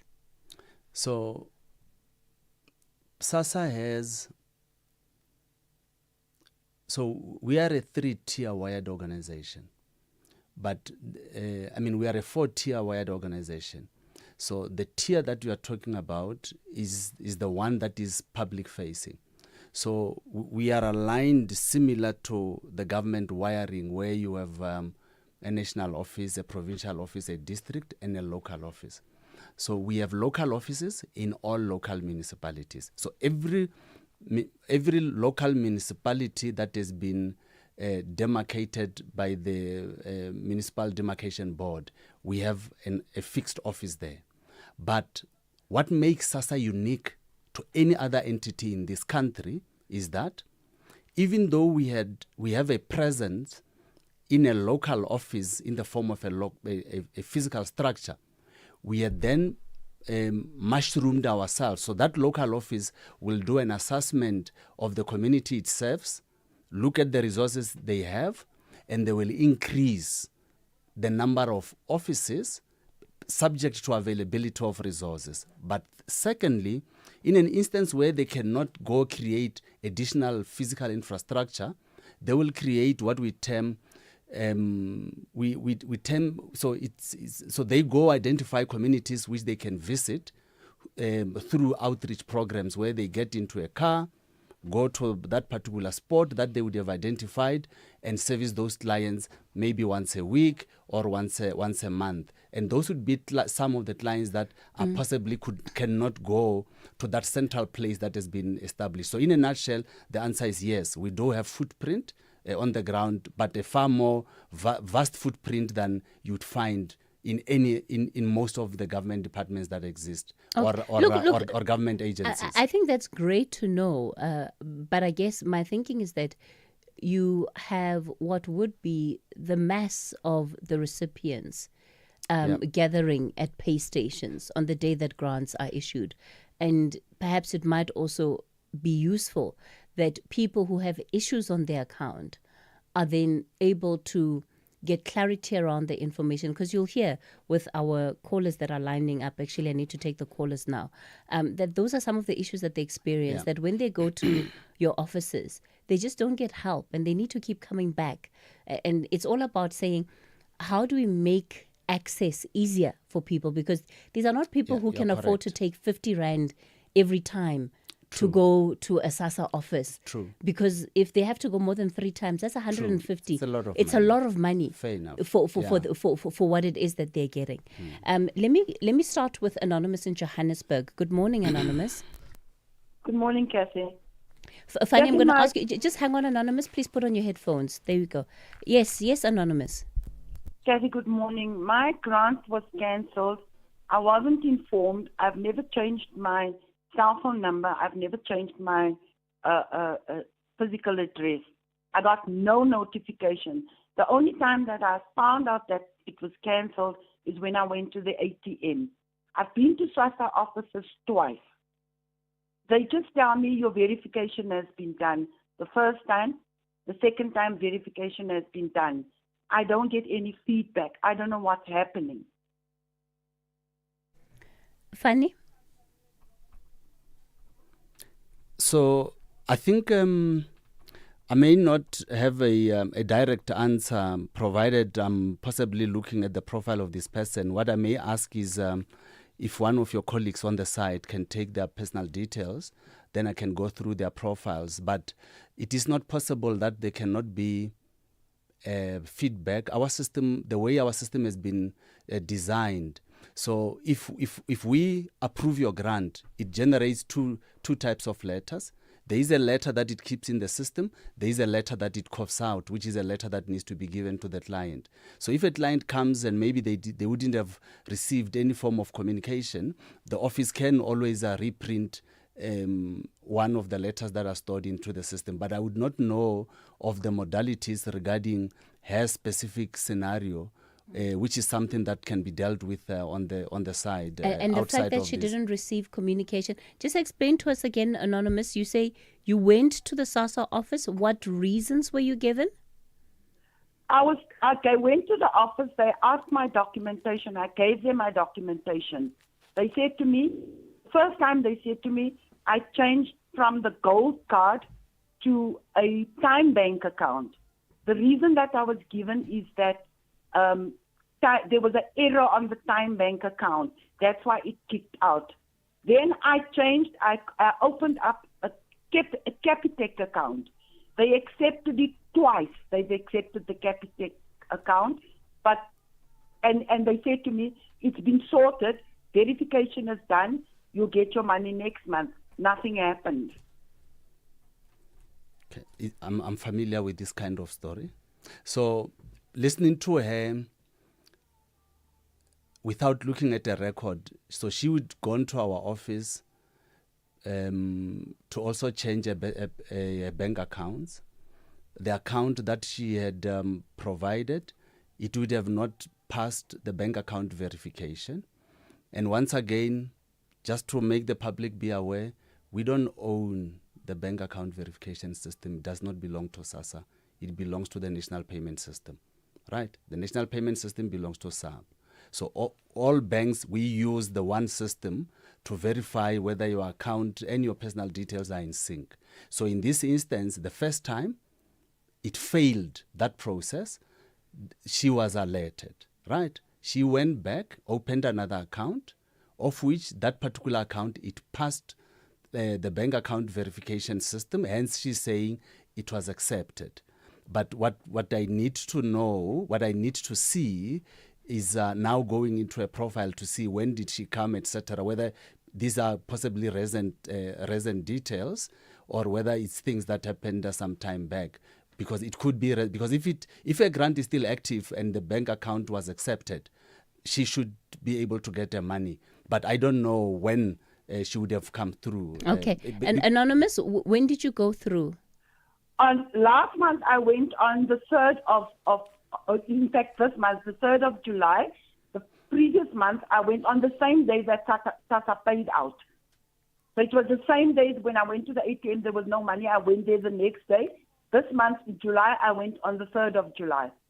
So it was the very same day that the payments were made. And they said what to you at the office, at the SASA office? Verification has gone. The first time they said it rejected because of the time bank account. The second time I went, they said to me, no, Capitec account has been accepted. But I still didn't get the money. Yeah. They said to me, wait until the 5th of August. Okay. So I don't know what's going to happen on the 5th of August. So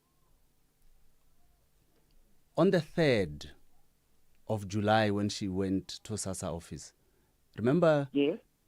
We had already generated payment for July. Yes. Right. So it has been fixed.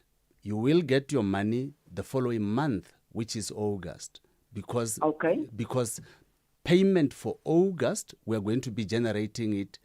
On the 5th? No, we have actually generated it. We have generated it. What is left is clients to start seeing their money, I think, in a few days to come. Around the 3rd, 4th, clients will be seeing their money. So I think if you go there, your money should be visible. Okay. All right. And if it's not there, then I should go back to SASA again. I think on the site you can give the producers your personal details. I can check in advance now already for your specific matter. But with that story alone, I can guarantee you will be able to find because your grant, her grant was not even cancelled because of reviews. Okay. She changed her bank details, which is fine, which is what we want in clients to do. If their personal details changes or if there's problems, we want them to be able to come to us and fix them. She has just done that. Okay. All right. Thanks, Anonymous. Okay. I guess the only thing is that at some point, those that are dealing with clients at the offices need to give these kind of answers. But with her, there's nothing wrong which the office did wrong in this instance. But she still didn't know when she was going to get paid or if there was still something wrong with the system. No, she's just said it, that they said I must come on the 4th of August, which is true, which is what I've also reiterated. Okay. Muzi, you're in Harrismith. Good morning. Yes, Muzi, you're live on the radio. The issue of the current government, there's a lot of corruption and incompetence in various departments in the government since 27 April 1994. To be specific on this issue, God has blessed me with multitude of gifts and leadership and a range of labor which I've been doing for quite some time, that I will be able to help out South Africans in a sense of doing leadership. Okay, Muzi, get to your question, please. Let me get to the point of this issue right now. My disability grant was discontinued. I never got paid for disability grant for 4 years.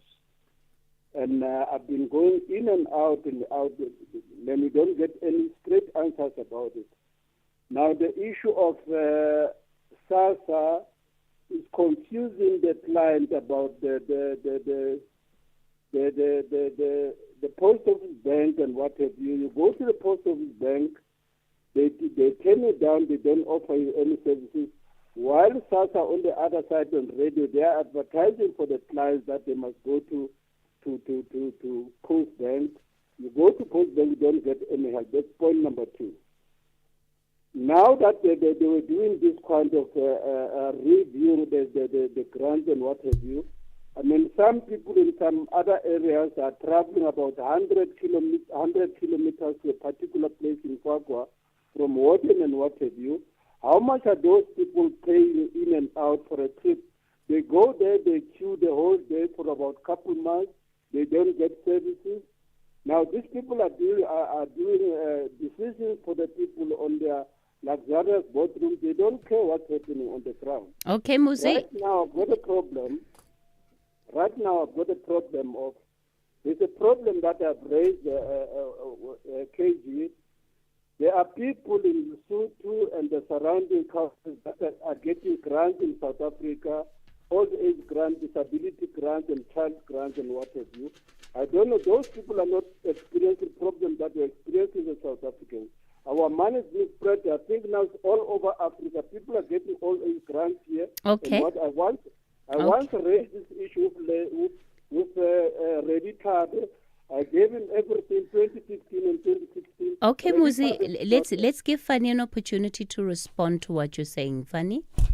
So he's raised a number of critical points which I would want to help him with. So the first part is I'm not going to talk about corruption and incompetence in government because I don't agree that in our space. But for his disability grant that has been cancelled for 4 years. So firstly, disability grant, we give it in two forms. There's people that are given disability grant on a permanent basis. There's people that are given disability grant on a temporary basis. Now, what is key, which people need to know when they go to SASA, is that SASA is not a hospital or a clinic. We don't cure conditions, right? So when a person comes to apply for a disability grant, we want the person to be able to share with us their medical background. So, but we don't want you to tell us by mouth. We want you to go to your treating source. Either the treating source give you a copy of your medical record, or your treating source completes our form, which we term a medical referral form, wherein your doctor or your hospital or your clinic, knowing your condition, they must then be able to complete that document and elaborate it for us. When it comes to SASA, our officials, they're not medical practitioners, right? So we have healthcare practitioners, professional healthcare practitioners. Some are specialists, some are general practitioners that we will then hand over that referral form. In other words, it's a referral from one healthcare practitioner to another, who will then assess. On the basis of that assessment, he'll then make a recommendation that we either give you a permanent or a temporary disability. So in this instance, I can tell you that Muzi was actually receiving a temporary disability grant, which could have been for 6 months, and thereafter, the subsequent assessments, they were not recommended. Okay. So on the other issue as to SASA advising clients to go to Post Bank, we're not advising any client to go to any particular bank. Clients have a choice. No one is forced to go to Post Bank. No one is forced to go to any bank. You have a choice to decide the bank of your choice, and we will respect that particular choice. The issue around people in Lesotho getting grants, no one is doing anything. It's not true that we're not doing anything. We have a relationship with the Department of Home Affairs. We have just reviewed our agreement with the Department of Home Affairs so that we can increase the scope of data that we are able to access on their site, for us to be able to pick up on some of the elements that they were not at our purview. Today, as I'm talking, the Border Management Agency, which is responsible for movement control, actually is busy presiding on an agreement that we want to be able to sign with them to be able to nab this matter down. So it's not true that government is not doing anything. Thank you. Stephen, you're in Denelton. Good morning. Thank you, Ms. Cathy. Brother Rafani, now I believe there is corruption and there are thieves in your department. Somebody very close to me received 25 grand from SASA, and then received a call from a SASA agent telling them that you received the money, it was an error, so you should return the money back. But when we want to return the money back, we are to specifically go to the to our local SASA offices and to look specifically for that person.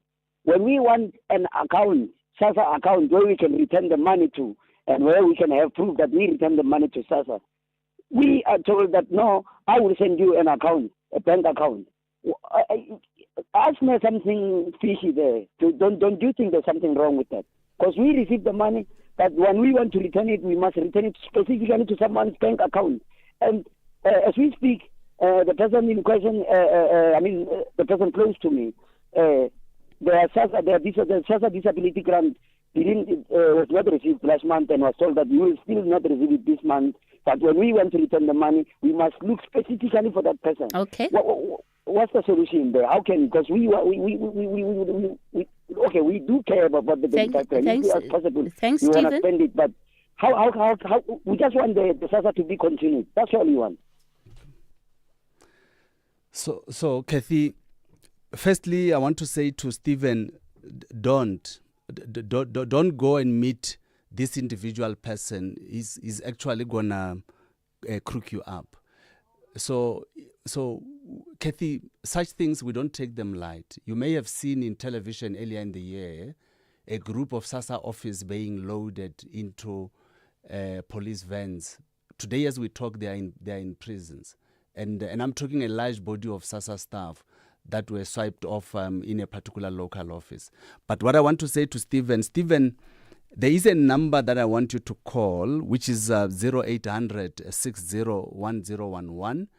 In the same context, there is you can call that number. Alternatively, you can get my details through Cathy, or I will leave Cathy and them the contact details of our fraud and compliance manager, which must be contacted. But SASA does have a central bank account. It does not belong to an individual.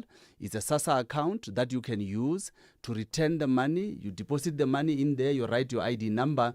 It is a SASA account number, but don't go to SASA office and meet with any person to try and hand them money in their hand. There is no such arrangement.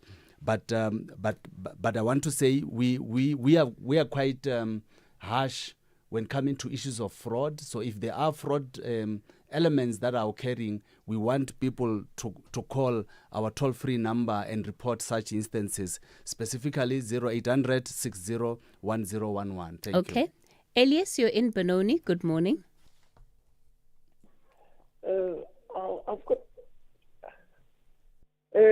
I've got my problem here.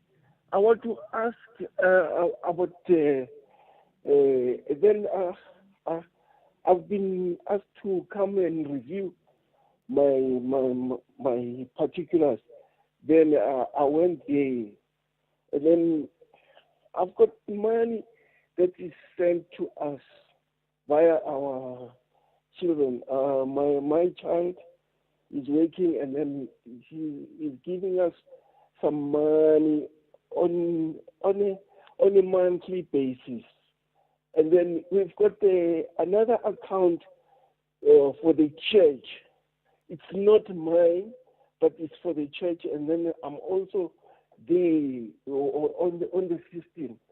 So I just want to know if that is why I was called to the review.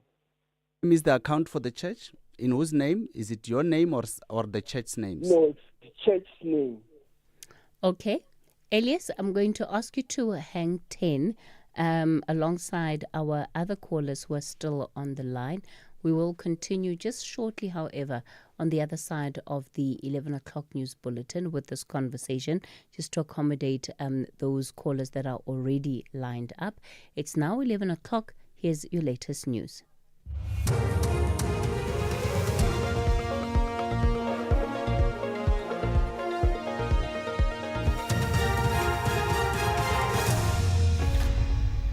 Thank you, Cathy. On the top stories, Presidency reacts to Zondo's comments and DA raises alarm over Gauteng hospital infections. For SAFM News, I am Ondelambana and a very good morning. The presidency has reacted to comments made by retired Chief Justice Raymond Zondo about the pain he felt when he had to swear in cabinet ministers who had state capture findings against them. Zondo was speaking on the sidelines of the South African Council of Churches Anti-Corruption Summit in Johannesburg last week when he made the remarks. The commission, which was established in 2018 and chaired by Zondo, exposed the rampant looting and capture of various state-owned enterprises. In the commission's final report, it called for further investigations and prosecutions of individuals involved and systemic reforms. Presidential spokesperson Vincent Magwenya says the president is waiting for due legal processes to unfold. Former Chief Justice Zondo will appreciate that those individuals have rights accorded to them in terms of due process. What they've done correctly so is to exercise those rights by taking the report on review. And until such time those matters are concluded, the president could not take any punitive action against them, not appointing them as ministers when they qualify to be appointed as ministers on the basis of being implicated in the Zondo Commission report will have been punitive. A man has been gunned down in Montrose Park in Mitchell's Plain on the Cape Flats in an alleged gang-related incident. Police spokesperson FC Van Wyk says the gunman fled the scene and no arrests have been made. According to our reports, unidentified suspects opened fire at a group of men standing in front of a premises in Veronica Street in Montrose Park, fatally wounding an adult male and injuring 2 others. The injured victims were taken to a nearby hospital with private transport. The DA in Gauteng has raised the alarm over the sharp rise in hospital-acquired infections across Gauteng's public hospitals. DA Health Shadow MEC Jack Bloom says over 7,700 patients contracted infections during a hospital stay last year, including many antibiotic-resistant and life-threatening infections. The Charlotte Maxeke Hospital has been identified as the worst hospital with an 11% infection rate, meaning everyone in 10 patients pick up an infection other than what they were admitted for. Bloom says this was revealed in a written response in the Gauteng legislature. Well, the department itself admits that the problem is they've got severe staff shortages, they've got broken equipment, and most concerning, they don't have enough cleaners and they don't have enough proper soap or enough clean linen. They say that the lack of clean linen, sufficient linen, is also a problem because they have to keep reusing sheets. So obviously that's an infection risk as well as the shortage of basic cleaning materials. And I would say overall it's just poor management. 3 suspects arrested in New Clare, Johannesburg, will face charges of child abuse and neglect. This after a video went viral on social media allegedly showing a mother smoking drugs with her young son. The JMPD's Xolani Fihla. On Tuesday, 29 July, JMPD K9 unit officers, while on routine patrol, received a crucial tip-off identifying the suspects and their whereabouts, and officers immediately responded to the given address in New Clare. Upon arrival, officers located the mother who matched the description from the video. When questioned, she identified 2 other individuals present in the video, including the person who recorded it, and officers approached the identified suspects, introduced themselves and questioned them about the footage. All 3 suspects confessed to using mandrax and admitting to filming the incident. The National E-Hailing Federation has warned that e-hailing drivers are preparing for a national strike over what they call exploitative working conditions. The Federation is demanding an immediate restructuring of the pricing index, an end to unjust driver deactivations, and the immediate suspension of vehicle phase-out policies. Commuters nationwide who make use of services such as Uber and Bolt have been urged to organize alternative transport. President of NEFSA, Elijah Uhuru Luhuane, says the national strike is imminent. The reason we're talking about the national shutdown is because of a 35% drop in fares. Since 2016 to now, we are talking about the deactivation of our drivers from the platform without due process being undertaken. We are talking here about the phasing out of our vehicles, 5 years old, despite the fact that those vehicles are still under installment payments. Germany's double Olympic biathlon champion Laura Delmier is missing after suffering a serious injury while climbing a mountain in Pakistan.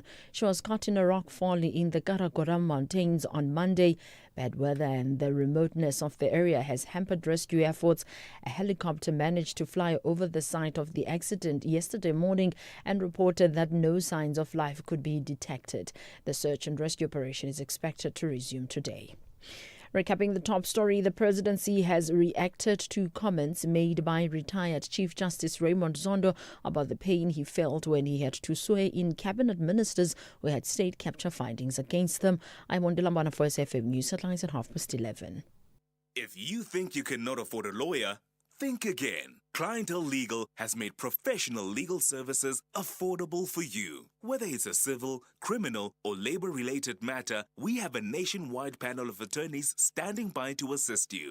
SMS SAFM to 32195. That's SAFM to 32195 and we'll call you back. Clientele General is a licensed non-life insurer and an authorized FSP. Standard rates and terms and conditions apply. This July, journey beyond the horizon with Chasing the Sun. 5 mesmerizing episodes every Sunday at 7:30 on SABC2 from 13 July to 10 August. Feel the thrill of the adventure, the power of discovery, and stories that light up the skies. Missed an episode? No worries. Stream anytime, anywhere on SABC Plus. No subscription required. Chasing the Sun. Your Sunday nights just got brighter. Tune in to SABC2, Sundays at 7:30 or watch on SABC Plus on demand. For the love of the game.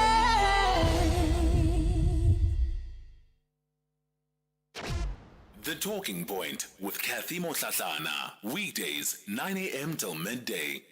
It's 11 o'clock. Welcome to the third and final hour of The Talking Point. Coming up in this hour, we are going to be continuing with your Money Matters campaign brought to you by Nedbank. And of course, later, we'll get into the G20 series with Lerato Tsebe. For now, we're extending Citizens Corner. Our guest today, Fani Setocha, who's the General Manager, Operations Management at SASA. He's been dealing with all your SASA-related questions and queries. Before we went to news, Elias in Benoni, you are a pensioner and you were telling us about some of the challenges you've been facing. You have confirmed that you were receiving some kind of support from your children, but there are specific questions that you wanted Fanny to assist you with. Elias, are you still on the line? Yes. All right. Thank you, sir. Is there anything else that you wanted to add in terms of the challenges that you've been experiencing with accessing your grant? Yes. The other thing is that I'm on the books of the church, and then also maybe work with finance from the church. And then I just want to know if it was that. That's why they called me for a review.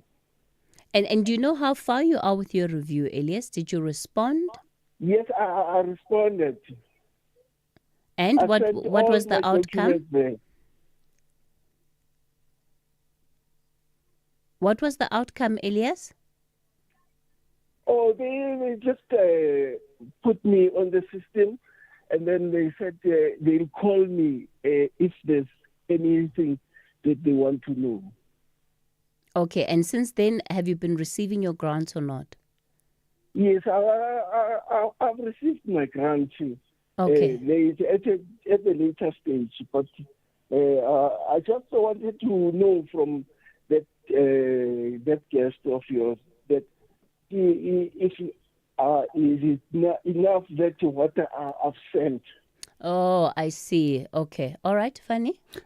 So, Elias, firstly, you being part of the church committee and handling their finances there, you shouldn't worry because that church account is not in your name. So don't worry about it. Secondly, the issue around your children sending you money, I'm assuming that on the bank statements, the references are clear and you didn't hide anything, because in any case, the amount that you shared with us that you are getting still that amount qualifies you to receive a grant. Even if you were to get an additional 2,000 on that amount, you will still get a grant. So as long as you disclose, don't hide it, disclose it, explain it, and it must be visible there that it is not a salary but it's a deposit from your child.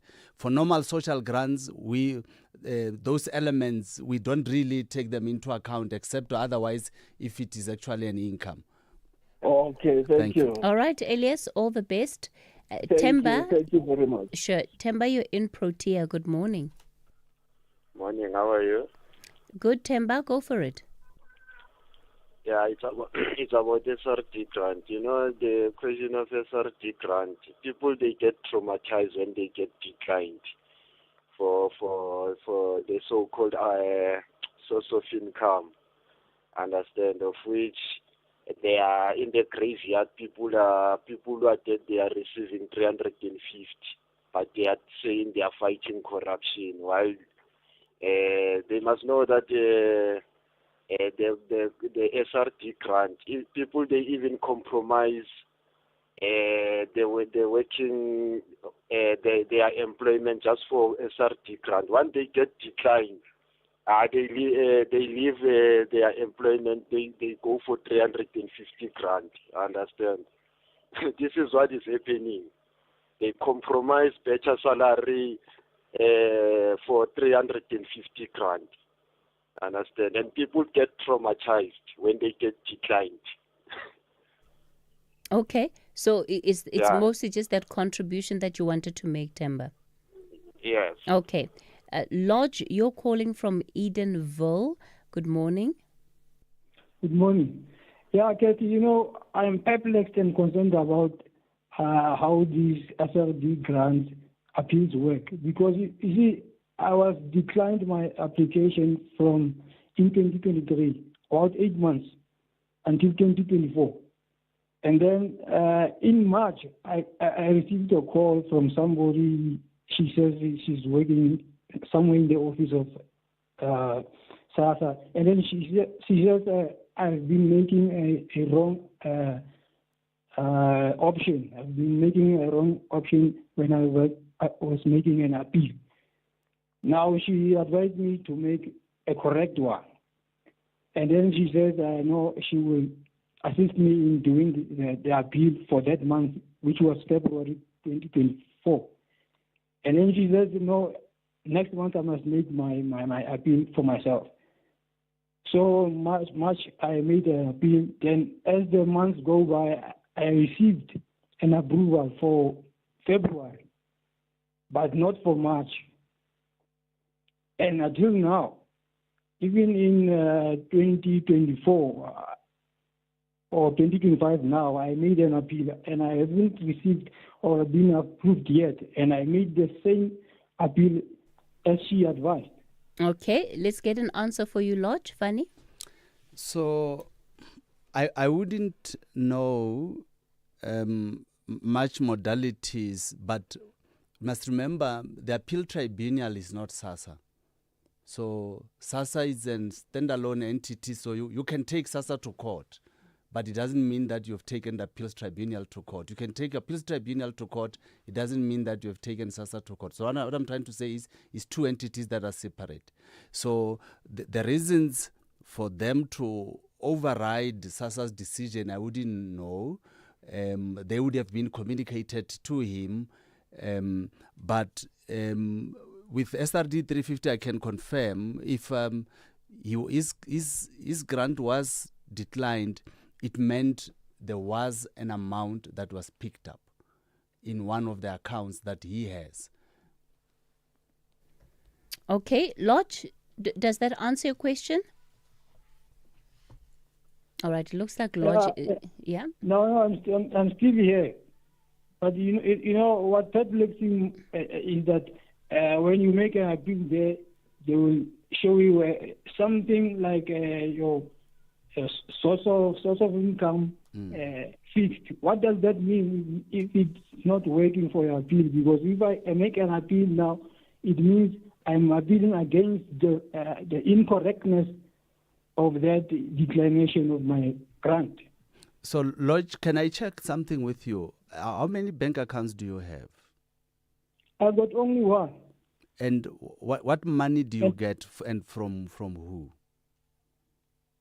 No, and I wasn't getting any money from anybody. So I think I wonder where did they get that information that I get a salary. So outside of this session, can somebody take the details of Lodge, including the contact numbers? I would love to help him further. Okay. Yeah. All right. I've got only time for this one voice note. We're out of time, unfortunately. Okay, let me. I'll play from my side. There we go. Good morning, Cathy team. My question is to the SASA rep. I just want to plead with them. Can they please revert back to the first of each month to make the SASA grant payments? Because this staggered approach was only for the duration for the COVID period, and we are now long past COVID. Of it, you must remember the national payment system. We are one of the biggest payers in the country. Now, the payments that we do affect the entire value chain. So the sub has got interest, the retailers have got interest, those that are responsible for cash in transit, they've got interest. So as a result, the schedules that we make are schedules that are consulted with the industry in totality. And there are some rules that we have eventually agreed with the industry in order to guarantee that these people will get the monies. So for that purpose, it's not about paying everyone on the first, because the national payment system will be in trouble. Imagine now you leave work, you want to go withdraw money, the ATM is empty.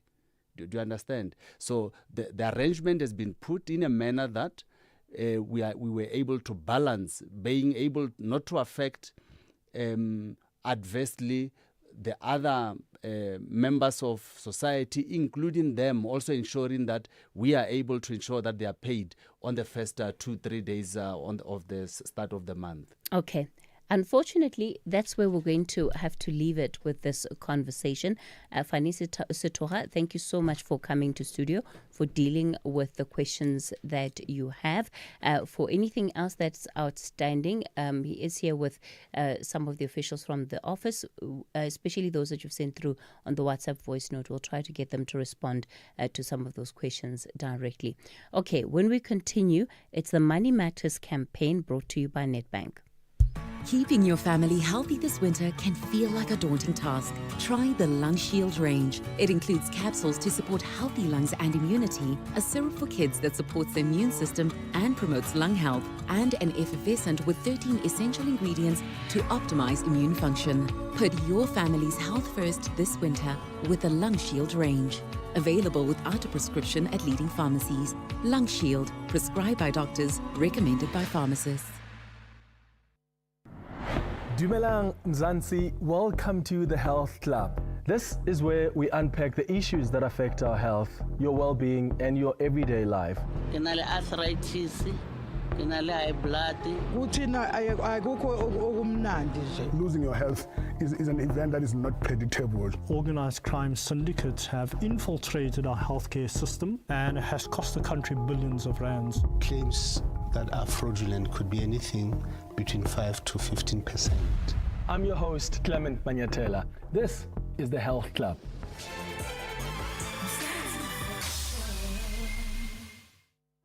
Spar brings you super savings. Get 750-gram Nola mayonnaise for $36.99. Save 8 Rand. Fresh pack Rooibos Tagless tea bags, 80s for $44.99. Save 9 Rand. Or 80-gram Cadbury chocolate slabs. Buy any 2 for 32 Rand. Save 16 Rand. Plus, you could win your share of 6 million Rand in instant cash. Prices valid until 6 August 2025. While stocks last. T's and C's apply.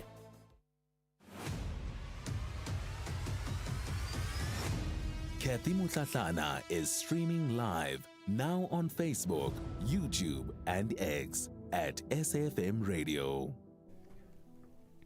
Well, this broadcast is brought to you by Nedbank. As we conclude the Nedbank Money Matters campaign, we talk about insurance in the digital age and have an educational discussion on how these platforms can deliver services at a time of need. The insurance industry in South Africa is transitioning their products online to meet the needs of consumers and make claims more seamless when life happens. Christine Densley is head of self-service at Nedbank Insurance. Christine, good morning to you. Cathy, and good morning to your listeners. No surprise that insurance is sort of also getting in line, going online. Often when you have difficulties with technology, you go to the IT department and the IT department will say, it's not the machine, it's a human problem that you have. And, and I'm curious to know, going online, how is it affecting the insurance world and how many problems are you encountering that are more human problems than machine problems? Well, I think that these days, everything's online. I buy my groceries online, even started to buy clothes online. I think everybody's so busy that the online channels just seem to be easier. Time is limited, and why would shopping for your groceries and doing your insurance admin be any different? I think from a person perspective, I know that my mum is one that would struggle, but we all have friends and family who can show us the ways. And really, insurance in the digital era is so much simpler and easier than ever before. The benefit of having a human is that they can sit and explain issues where you might not understand. Have you run through some of the pros and cons of the human financial advisor versus the self-service? I think each channel plays a role, and everybody's different. If I think about myself, I know insurance, it's quite straightforward. The digital channels are easier for me. But then you could have somebody who's got a lot more complicated portfolios and would like to actually ask some questions. And that's where a financial advisor would come in. So it's really about you as a person, what you would like, what is your choice, what is your preference. No one channel fits all, and I do think that they really are about choice and what suits you. If you'd like to talk to somebody and ask them questions, by all means, use a financial advisor. And if it's simple, quick and easy, use your digital channels. It's the same as SARS. I'm thinking tax. You can do e-filing or you can use a tax representative. It's the same with insurance. Or you can use a tax representative to do your e-filing. Exactly. So use what you have. So, Christine, the other thing, of course, is that online does have its pitfalls. And for whatever reason, the financial services sector is the most affected by fraud and scams. I imagine insurance is not immune. No, not at all. I think the same challenges that online banks experience could be the same for online insurers. The reality is that as we get more digital, we need to also get more savvy. Make sure you're dealing with a trusted brand, a reputable brand. Some companies might not even have an online presence. That should, raise a red flag. I think that it's up to us to do our checks. If you're dealing with a trusted brand, I know Nedbank, for me, is my trusted bank. It's my trusted brand of insurance. I don't have to worry about that. So it's really about doing our checks and balances and just making sure we are dealing with the real deal. If I do all the work myself under self-service, does it mean I'm going to get lower premiums? Because now the bank can't justify charging administration fees. And that's actually a very good question. I think a lot of people would have that question. I think it's important to realize that everybody has a different, what we call a risk profile. You may be a very good driver, you have no accidents, and I'm a really bad driver, and I have 200 accidents over the last 5 years. We will get rated differently by insurers. And I think it's important to realize that Your premium is actually representative of the risk. Having said that, though, if you're going to take up insurance online, I know that I can only speak for Nedbank Insurance. We do give you a discount because you're doing the work yourself and you're going onto the Money app and you're doing the insurance quote and you're taking it up there, we'll give you a discount. But everybody has a different risk profile, which determines your premium. And in as far as then having to deal with the system online, before there's the satisfaction of being able to sign documents and, you can put them away in your file. Now they sit on a vault online sometimes, and our minds always run away. We get carried away in our thoughts, and we don't have guarantees that what we signed is what we're going to find tomorrow, especially when we need to claim and we know we signed up for something that wasn't an exclusion and suddenly it's coming up as an exclusion. So how do we make sure that documents are protected so that we know that what we have sitting in the paper vault is in fact what we have signed up for? I think that's a very important topic to bring up because people are very conscious about, I signed this is what I agreed to, and back in the day we had a file, we would keep all our agreements, we would keep all the information that we needed, all the documents we needed, and we were the ones responsible for keeping that secure. And in this digital age, it's changed. It's actually the insurer's responsibility to make sure that document is there, readily available for you in your own time via a digital channel. So no longer do you have to store your documents. We're going to store them for you. And we're going to make sure that it's a click of a button. You can actually access your own documents in your own time. So you're sitting there late at night, you think, did I insure the trailer? Let me just quickly have a look. You don't have to wait for business hours. You just quickly log on, have a look at your schedule. Oh, there it is. There it isn't. And you take it from there. So the onus is on the insurer to make sure those are available to you on digital channels. What is Nedbank Insurance doing to make sure that its self-service channels remain trusted and that they are safe? I think that Nedbank Insurance is incredibly lucky to be part of the bank. We have bank-grade security. We treat your online insurance the same way we treat your online banking. It's the same security, the same back end. So when you're logging in for your insurance versus you're logging in for your online banking, it's the exact same security. There's encryption, there's passwords, there's face recognition. We have it all. We make sure that your profiles, your information, and your money insurance is safe. And I think we're very lucky that we have that bank-grade security behind us. What do you find clients often struggle with when they're trying to go online and access the self-service? I think in this country, I think a lot of the time it could be a weak connection, a Wi-Fi connection or just a 4G connection. It's your internet access. I think that can become quite a challenge. I do realize that, the more we get to smartphones, it's easily accessible, Wi-Fi is often an issue for us. And I think also just familiarity. There are some people that are just not familiar in the digital environments, and it's daunting. But when you take a company like Nedbank Insurance, we make it quite straightforward. It's very step by step. And when you use our app, and again, I can only speak for Nedbank Insurance, it's zero rated, which means you're not using your data. You're not using your data to access that app. So it's so straightforward. We walk you through the steps, which makes it a lot easier to access for everybody. Christine, anything else you want to add? Not at this time. I just feel like the digital era has hit us.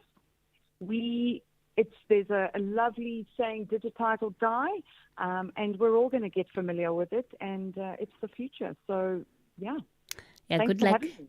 Good luck to the helplines and the IT people behind the helplines who have to help us navigate our way through the online self-service platforms. Christine Densley is head of self-service at Nedbank Insurance. And remember, before you report an IT matter, just double check again and make sure it's not a human error issue. Because there's nothing more embarrassing when you've sent out an email in confidence and then they come back to you with the files showing you that the system was never the problem, but it was always you. It's 11:30. Thank you, Cathy. On the news headlines, we start with news just in. The state has withdrawn charges against Mduduzi Mnisi, the man charged with the murder of 14-year-old Liko Nafose. This was heard in the Roodepoort Magistrates Court this morning. Mnisi was charged with the premeditated murder of Fose, whose remains were discovered in an open felt in Durban Deep in June. More details at the top of the hour. If you think you cannot afford a lawyer, think again. Clientele Legal has made professional legal services affordable for you. Whether it's a civil, criminal, or labor-related matter, we have a nationwide panel of attorneys standing by to assist you. SMS SAFM to 32195. That's SAFM to 32195 and we'll call you back. Clientele General is a licensed non-life insurer and an authorized FSP. Standard rates and terms and conditions apply. We love rating things. Our phones, our cars, but our health? Your health lets you do what you love with the people you love. So who are you staying healthy for and how can you improve your health? Choose Dis-Chem Life, the life cover that helps you live a healthier, more rewarding, longer life with regular health checks. Visit dischemlife.co.za now. Dis-Chem Life. Choose a better partner for life. Dis-Chem Life is an authorized FSP 50594, underwritten by Guardrisk Life, a licensed life insurer, FSP 76. T's and C's apply. What is Overtrail? Is it off the beaten path, over the edge of comfort, or the thrill of the road less taken? It's over every bridge, every obstacle, every trail, and over to that view that takes your breath away. Overtrail means going further, exploring deeper, surrounded by the comfort and sophistication of a luxury SUV. It's this spirit that inspired the Overtrail project. Experience Overtrail in the LX and GX range. Lexus. Experience amazing. The Talking Point with Cathy Mohlahlana. Weekdays, 9 a.m. till midday. All right, it's that time of the week, time for our G20 series with Lerato Tsebe. Lerato, good morning. Good morning, Cathy, and good morning to your listeners. Oh, we now have answers, Lerato. We finally have answers that at least align with what we have been suspecting for the last couple of months. U.S. President Donald Trump, I suppose, giving a bit more clarity on where he truly stands with the Leaders Summit later this year. Indeed. It was a bit of a mid-evening, late evening announcement. President Trump on Air Force One saying very boldly that he will not come to the Heads of State G20 Summit in November, saying that maybe I think I'll send somebody else. I've had a lot of bad problems with South Africa. There are very bad policies in South Africa, quote unquote. This is a very dramatic turn of events, and also, Cathy, happening on the eve of a very massive trade deal that's supposed to be finalized between the trade and industry ministries of South Africa and the United States. Just before I got on air with you, Cathy, I was just reading, we've got statements coming from Standard Bank's economists unit. The economists unit of Standard Bank is saying that for every 10 percentage point increase in the US tariff rate, South Africa will lose 0.1% of GDP growth. Old Mutual also coming in saying that the impact of the tariffs may be overblown, with only really 8% of exports, of South African exports going into the US market. Now, yesterday we had potential US envoy to the United States, Mr. Ncebisi Jonas, speaking at the Kgalema Motlanthe Foundation and MTN Winter Seminar, also alluding to the fact that South Africa shouldn't compromise on the values of its foreign policy. Now, behind the scenes, behind all of this, Cathy, just to provide context, we had another statement, and the most important wording, I think, coming out of the Department of Trade, Industry and Competition from Minister Parkstow, saying that they've been involved in very tense and very hard negotiations with their US counterparts to finalize what they're calling their framework deal, and that essentially they are at the end of finalizing this negotiation. And let me tell you what's in the deal, which is that South Africa is going to allow South Africa is going to be importing about 100 petajoules is what they're calling it, of liquefied natural gas from the United States for a 10-year period, which will essentially unlock $12 billion. The agricultural market access as well. The South African government is going to allow poultry exports from the US to come in. That'll allow $91 million in trade. And that South Africa's mining, metals, recycling industry as well the South African government is going to invest $3.3 billion in those industries. So this is a very, very generous offer. I believe that South Africa is giving or sort of signaling to its US counterparts. Whether or not they are actually going to accept this, I don't know, given the fact that their president has now very affirmatively announced that he will not be coming. So I'm not sure if he's virtue signaling that there is a problem in the wording of this negotiated trade deal, or if he's just blowing hot air again. So we wait to see. Yeah, I guess part of the question that perhaps this may take us back to, Lerato, is about whether this is in fact about the deal being sweet or not. So, that it maybe doesn't matter what's in the deal as long as it's not landing in an environment and in an environment where people are ready to actually make a deal, then it does change the playing field somewhat. Well, the COSATU president, Zingiswa Losi, was speaking at the final Labour 20 Employment Working Group meeting, and she's applauded parties' commitment to social dialogue. What does this mean? Well, Zimsalosi was speaking at the last L20. This was a very interesting meeting as well. Cathy, you had the four largest trade union federations. You had COSATU, FEDUSA, NACTU, and SAFTU in partnership with ITUC Africa. They were discussing the implications of what AFTA's implementation is going to mean in terms of workers' rights, opportunities, and financing for women in Africa in trade. She was essentially saying that we need to ensure, and I think this is a very repetitive statement that she makes, that we have decent work and decent lives, and that we continue to foster dignity and equality for labor, essentially.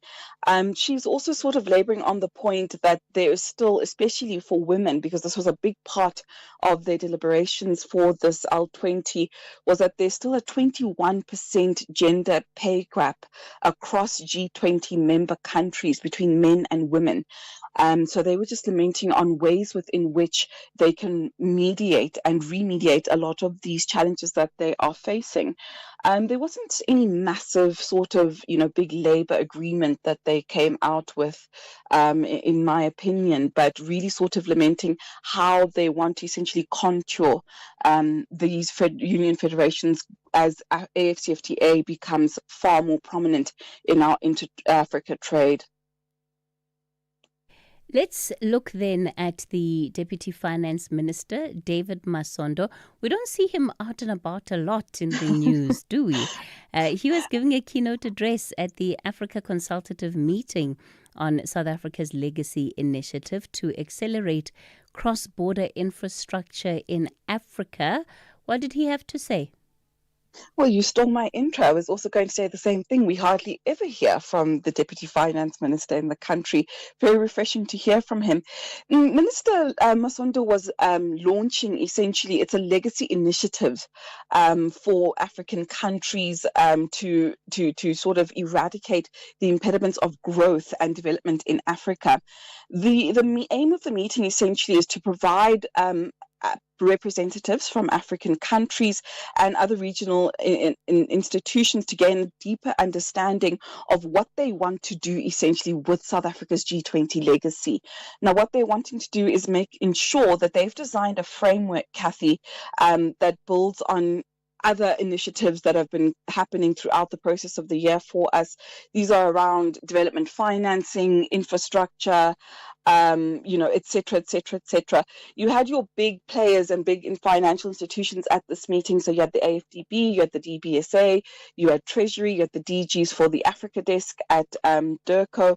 But so they're essentially wanting to ensure that everybody remains on the same page as we obviously near the end of our G20 meeting, and also try to create broader synthesis. This was a big point in his statement around cross-border infrastructure to sort of really create an easing of trade, especially around AFCFTA. So very much linking on to what was going on at the L20. AFCFTA seems to be the anchor point that I think our African counterparts and South African government wants to continue leading with from here on out. Lerato, what's next on the agenda? Well, we've got a nice meeting, less tense than trying to get a trade deal out of Washington. You've got your P20, which is the meeting of women parliamentarians that will be held from the 6th to the 7th of August. So it's all eyes, I believe, on the Speaker of Parliament, and the female members are female MPs. I imagine that the announcement by the US president is not going to be without consequence in as far as the sessions, at least that those that are yet to come on are concerned. Do you think that more broadly there has been preparation to continue the process without US participation? And Lerato, also, what is this going to mean? South Africa is supposed to hand over the presidency. Is it going to be awkward if the US is not here and not part of the process? Because we seem to be where we were in the first quarter of the year right now. Cathy, I think it was very telling, just to answer your question, with during the Central Bank and Finance Ministers meeting, in the text of the communique, and also in the compliments that we received from our European and other Global South partners, that people wanted to applaud us and the content of our meetings and the structure, and also for keeping calm and carrying on, essentially. And I think that the agenda for the rest of the G20 year is going to continue, even in the absence of our US counterparts, although South Africa has repeatedly indicated to them that the door remains open should they wish to participate. Materially, I'm not sure if this is going to have any substantive impact if they are continue to be absent. We do and will hand over the G20 come the first 2 weeks of November, I believe it to be. Whether they will be in receipt of it or whether President Trump sends a representative, whichever warm body he deploys here must take over. So I think that we've done very well in ensuring that the content of our meetings, our engagement groups, our working groups, the finance tracks, etc., has really continued seamlessly. We've negotiated very hard, and we are continuing to negotiate very hard in terms of the substance of the text that will be submitted to the heads of state. And I think we've done a relatively good job at sort of trying to ignore the noise in the background. So we need to really applaud ourselves, I think, and I think our counterparts throughout the world are also really standing by South Africa. I don't know if that's happening publicly, but privately, I think we are getting a lot of solidarity and support. But to answer your question, no, I don't think that in any way this changes the agenda for the year for us. Yeah, I want to pick up on the fact that you said whichever warm body he sends, because it might also not be a warm body. It might just be a chair with USA. President will just have to, leave everything in front of the empty chair. I can see that making headlines for weeks on end. Cathy, unfortunately, with the manner in which things are right now, anything is unfortunately possible. Yeah, maybe they'll just send the embassy representative to go and spokesperson. Exactly. I digress. Lerato, bye-bye. Bye-bye, Cathy. Thank you so much.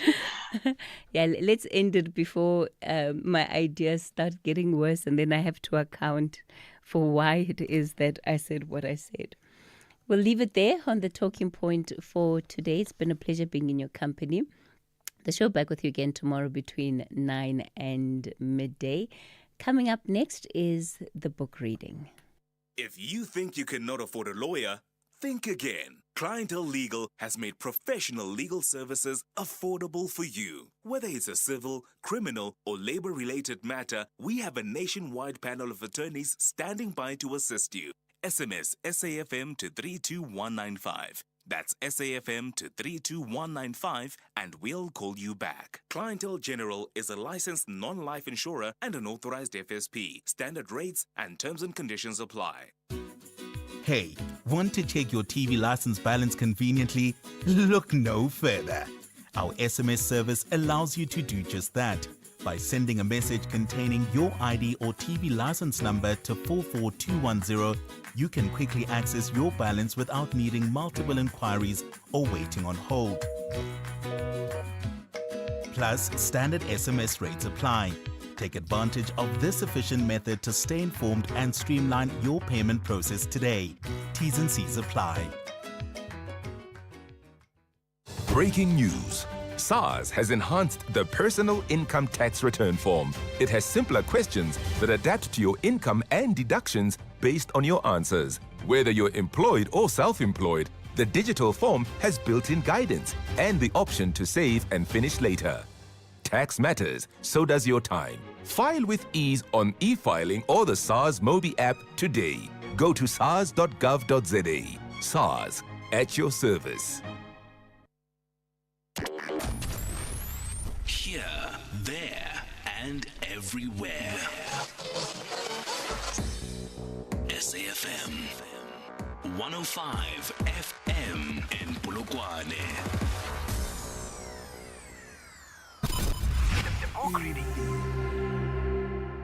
SFM's award-winning drama department presents another episode of the book, A Testament of Hope, the autobiography of Dr. Sam Motswenyane. Please note that the views expressed in this book are not that of the station. Listeners' discretion is advised.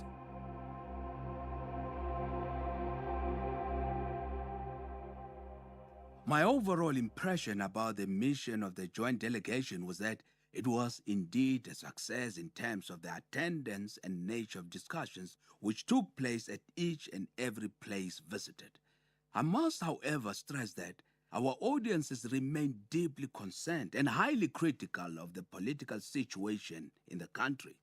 All the meetings ended with an appeal to the ruling white government and the business community in South Africa to speedily effect such necessary reforms as would help avert a possible blood conflict in the future. The South Africa Foundation was neither English nor Afrikaans. Instead, it focused on integrating all the business people in South Africa, both English and Afrikaans business welded together in the face of a common threat. The foundation was an addition to the existing English-speaking and the Afrikaans Chamber and became a central body consisting largely of big business that saw its opportunities in overseas countries threatened. Their express purpose was to present an image of a South Africa that was changing when the world was very much concerned about the status quo. The Urban Foundation, on the other hand, was formed by a different group of business people. This consisted of the more liberal groups who felt that as much as it was important to talk to the international community, it was even more important to focus on the problems at home, to bring change by exerting pressure on the government. The lack of attention to this issue is precisely why I left the South Africa Foundation. I thought that what it was doing was simply giving a particular image to the outside world and one that was not necessarily real. I felt that until we changed the situation at home, it would not be correct to put emphasis on the outside world. The Urban Foundation also differed from the South Africa Foundation in that it had more black people serving on its board, whereas the latter had only a few, and this was for the sole purpose of giving itself an image of respectability which it perhaps did not deserve. I decided to resign from the South Africa Foundation and join the board of the new Urban Foundation in 1976 when it was formed. The Urban Foundation, under the leadership of Judge Jan Steyn, initiated numerous projects in the urban black townships, the object of which was to upgrade the living conditions of the urban township residents. The Urban Foundation was deeply involved in helping improve the quality of housing, health, and education facilities for black people in the townships throughout South Africa. Most of the negative laws and government policies which impeded and or militated against black urban development at that time were steadily repealed due to the tremendous positive influence that the Urban Foundation brought to bear upon the government of the day. Government commission called the Rickett Commission was instituted in 1977 to help formulate a more realistic policy for blacks living and working in urban areas. This was mainly in response to the pressure exerted on the nationalist government by the Urban Foundation. NAFCOC presented a comprehensive submission on the problems and aspirations of the black urban business community to the Commission. Some of the most outstanding achievements of the Urban Foundation include the promulgation of the 99 Years Leasehold Act in 1978, as well as the creation of the Small Business Development Corporation. The 99 Years Leasehold Act provided blacks with the opportunity to secure much-needed collateral for raising loans with financial institutions and for gaining access to the development finance. My many years of association with the Urban Foundation were an enjoyable, fruitful, and stimulating period of my life. Although the foundation was eventually deregistered during the 1990s, its contribution towards black development was quite considerable. The foundation sourced much of its support from large white companies in South Africa and from international companies with business interests in South Africa.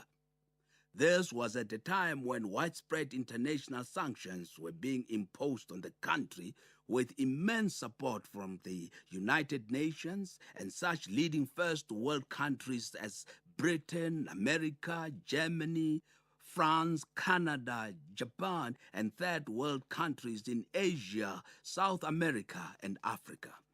It is not very clear whether the large white companies, both in South Africa and elsewhere, would have done so much to promote development in the urban black areas through the Urban Foundation if sanctions and the accompanying disinvestment had not occurred.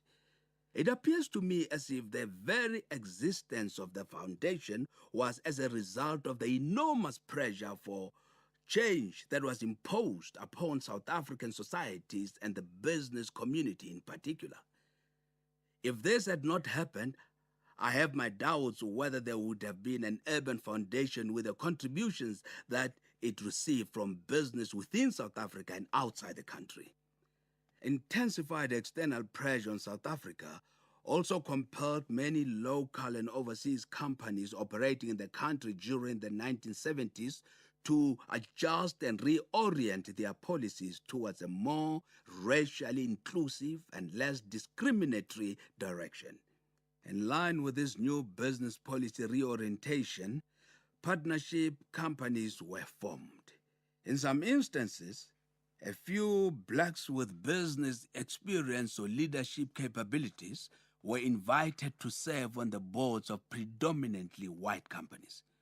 This was seen as a necessary and prudent step to take in view of the predicted huge growth potential of the black market.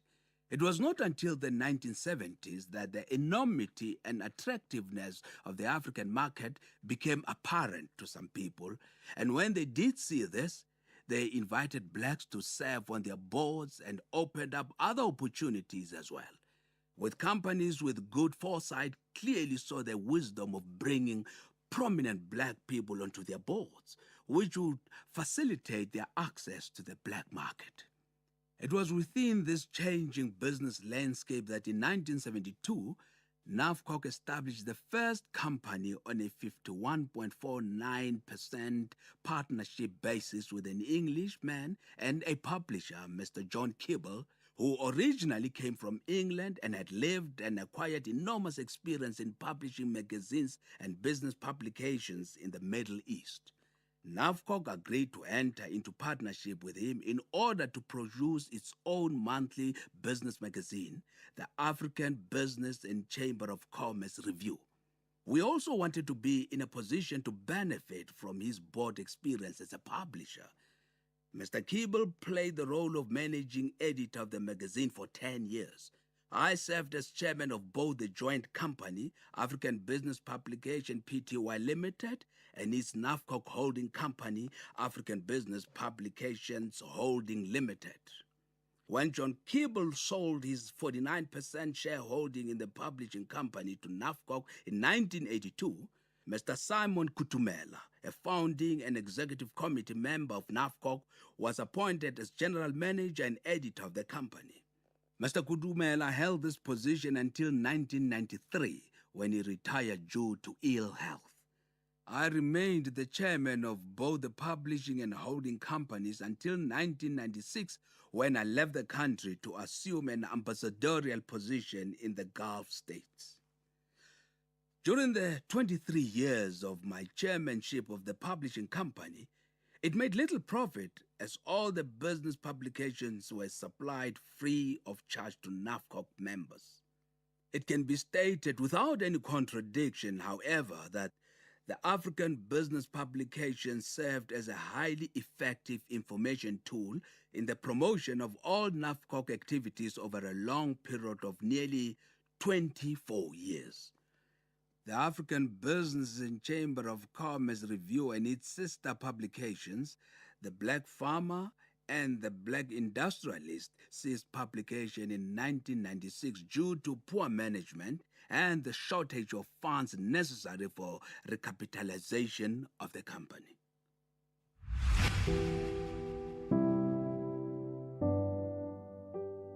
That was another episode of the book, A Testament of Hope, the autobiography of Dr. Sam Mohlahlana.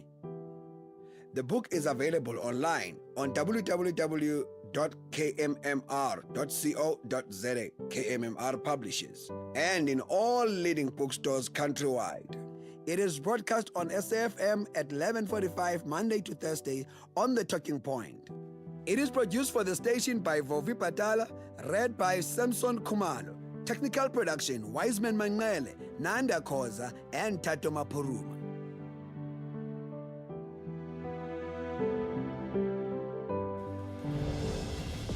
SAFM supports a litter-free South Africa.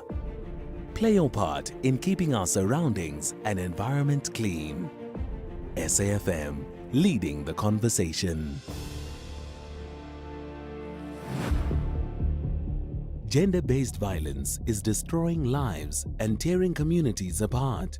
It happens in homes, in schools, at workplaces, and too often in silence. But it doesn't have to continue. If you see it, speak out. If you are hurting, reach out. Because doing nothing is not an option. Listen to all 19 SABC radio stations from Wednesday, the 23rd of July for hard talk, discussions, advice, dramas, educational shows and interviews around GBV with experts, survivors, lawmakers and a whole country affected by gender-based violence. All on your favorite SABC radio station. Call 0800 428 428 to report abuse or get help. GBV, it ends with you. This message is brought to you by the SABC. Here, there, and everywhere.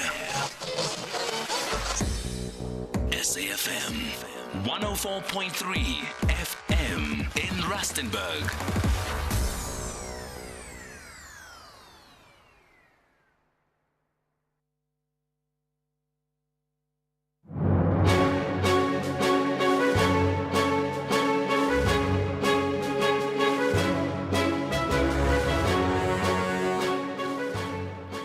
O'clock on Wednesday, the 30th of July 2025. A very warm welcome to Update at Noon here on SAFM. Leading the conversation, I'm Sakina Kamwendo. Coming up in the next hour, Advocate Dali Mpofu is delivering arguments in the Constitutional Court today, and an earthquake off the coast of Russia has triggered tsunami warnings across the Pacific, prompting emergency evacuations. And coming up in sport, Sundowns win big at the PSL Awards. Pirates get some trophies as well, and there's a test match on the go in Zimbabwe.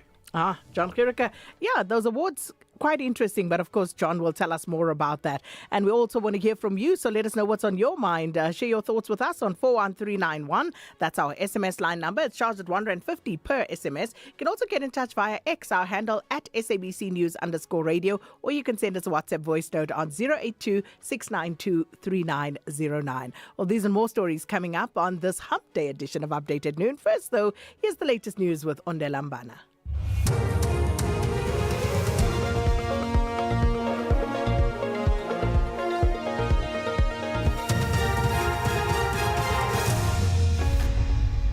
Thank you, Sakina. On the top stories, premeditated murder charges withdrawn against Mduduzi Mnisi, and presidency reacts to Zondo's comments. For SAFM News, I am Ondelambana, and a very good day. The NPA in Gauteng has withdrawn charges against Mduduzi Mnisi, the man accused of killing 14-year-old Liko Nafose. Mnisi appeared at the Roodepoort Magistrates Court earlier today, where he faced a charge of premeditated murder of Foso, whose remains were discovered in an open field in Durban Deep in June. Mnisi was released on parole in December 2018 after he was convicted and sentenced to 18 years imprisonment for attempted murder and robbery with aggravating circumstances. And Gauteng spokesperson Pindim Jonondwane. We can confirm as the NPA that we took a decision to withdraw the charges against Mduduzi Trevor Mnisi in the Liko Nafose murder case. This is because of the emergence of new information and pursuant to the further investigations that had to be conducted. You'd recall that during his bail application, he raised an alibi that he was in Davidson, and we then gave instructions to the investigating officer to probe on his alibi, and indeed the phone records then confirmed that his phone is linked to a tower in Davidson. Health Minister Dr. Aaron Motsoaledi has expressed disappointment following damning findings by the Health Ombudsman into the tragic deaths of two patients at a Northern Cape mental health hospital in July last year. The Health Ombudsman's probe also looked into the inadequate medical care given to another patient at Robert Mangaliso Sobukwe Hospital in August last year. The Health Ombuds found a number of challenges at the health facilities, including poor leadership, supply chain management issues, and inadequate clinical care. Motsoaledi says prompt action is needed to ensure such tragedies do not happen again. But I'm more alarmed to find that even clinical management is poor by doctors who are trained. Even the doctors did not do, I can't imagine. I haven't practiced for a long time, but I can't imagine a doctor finding a medically ill patient with pneumonia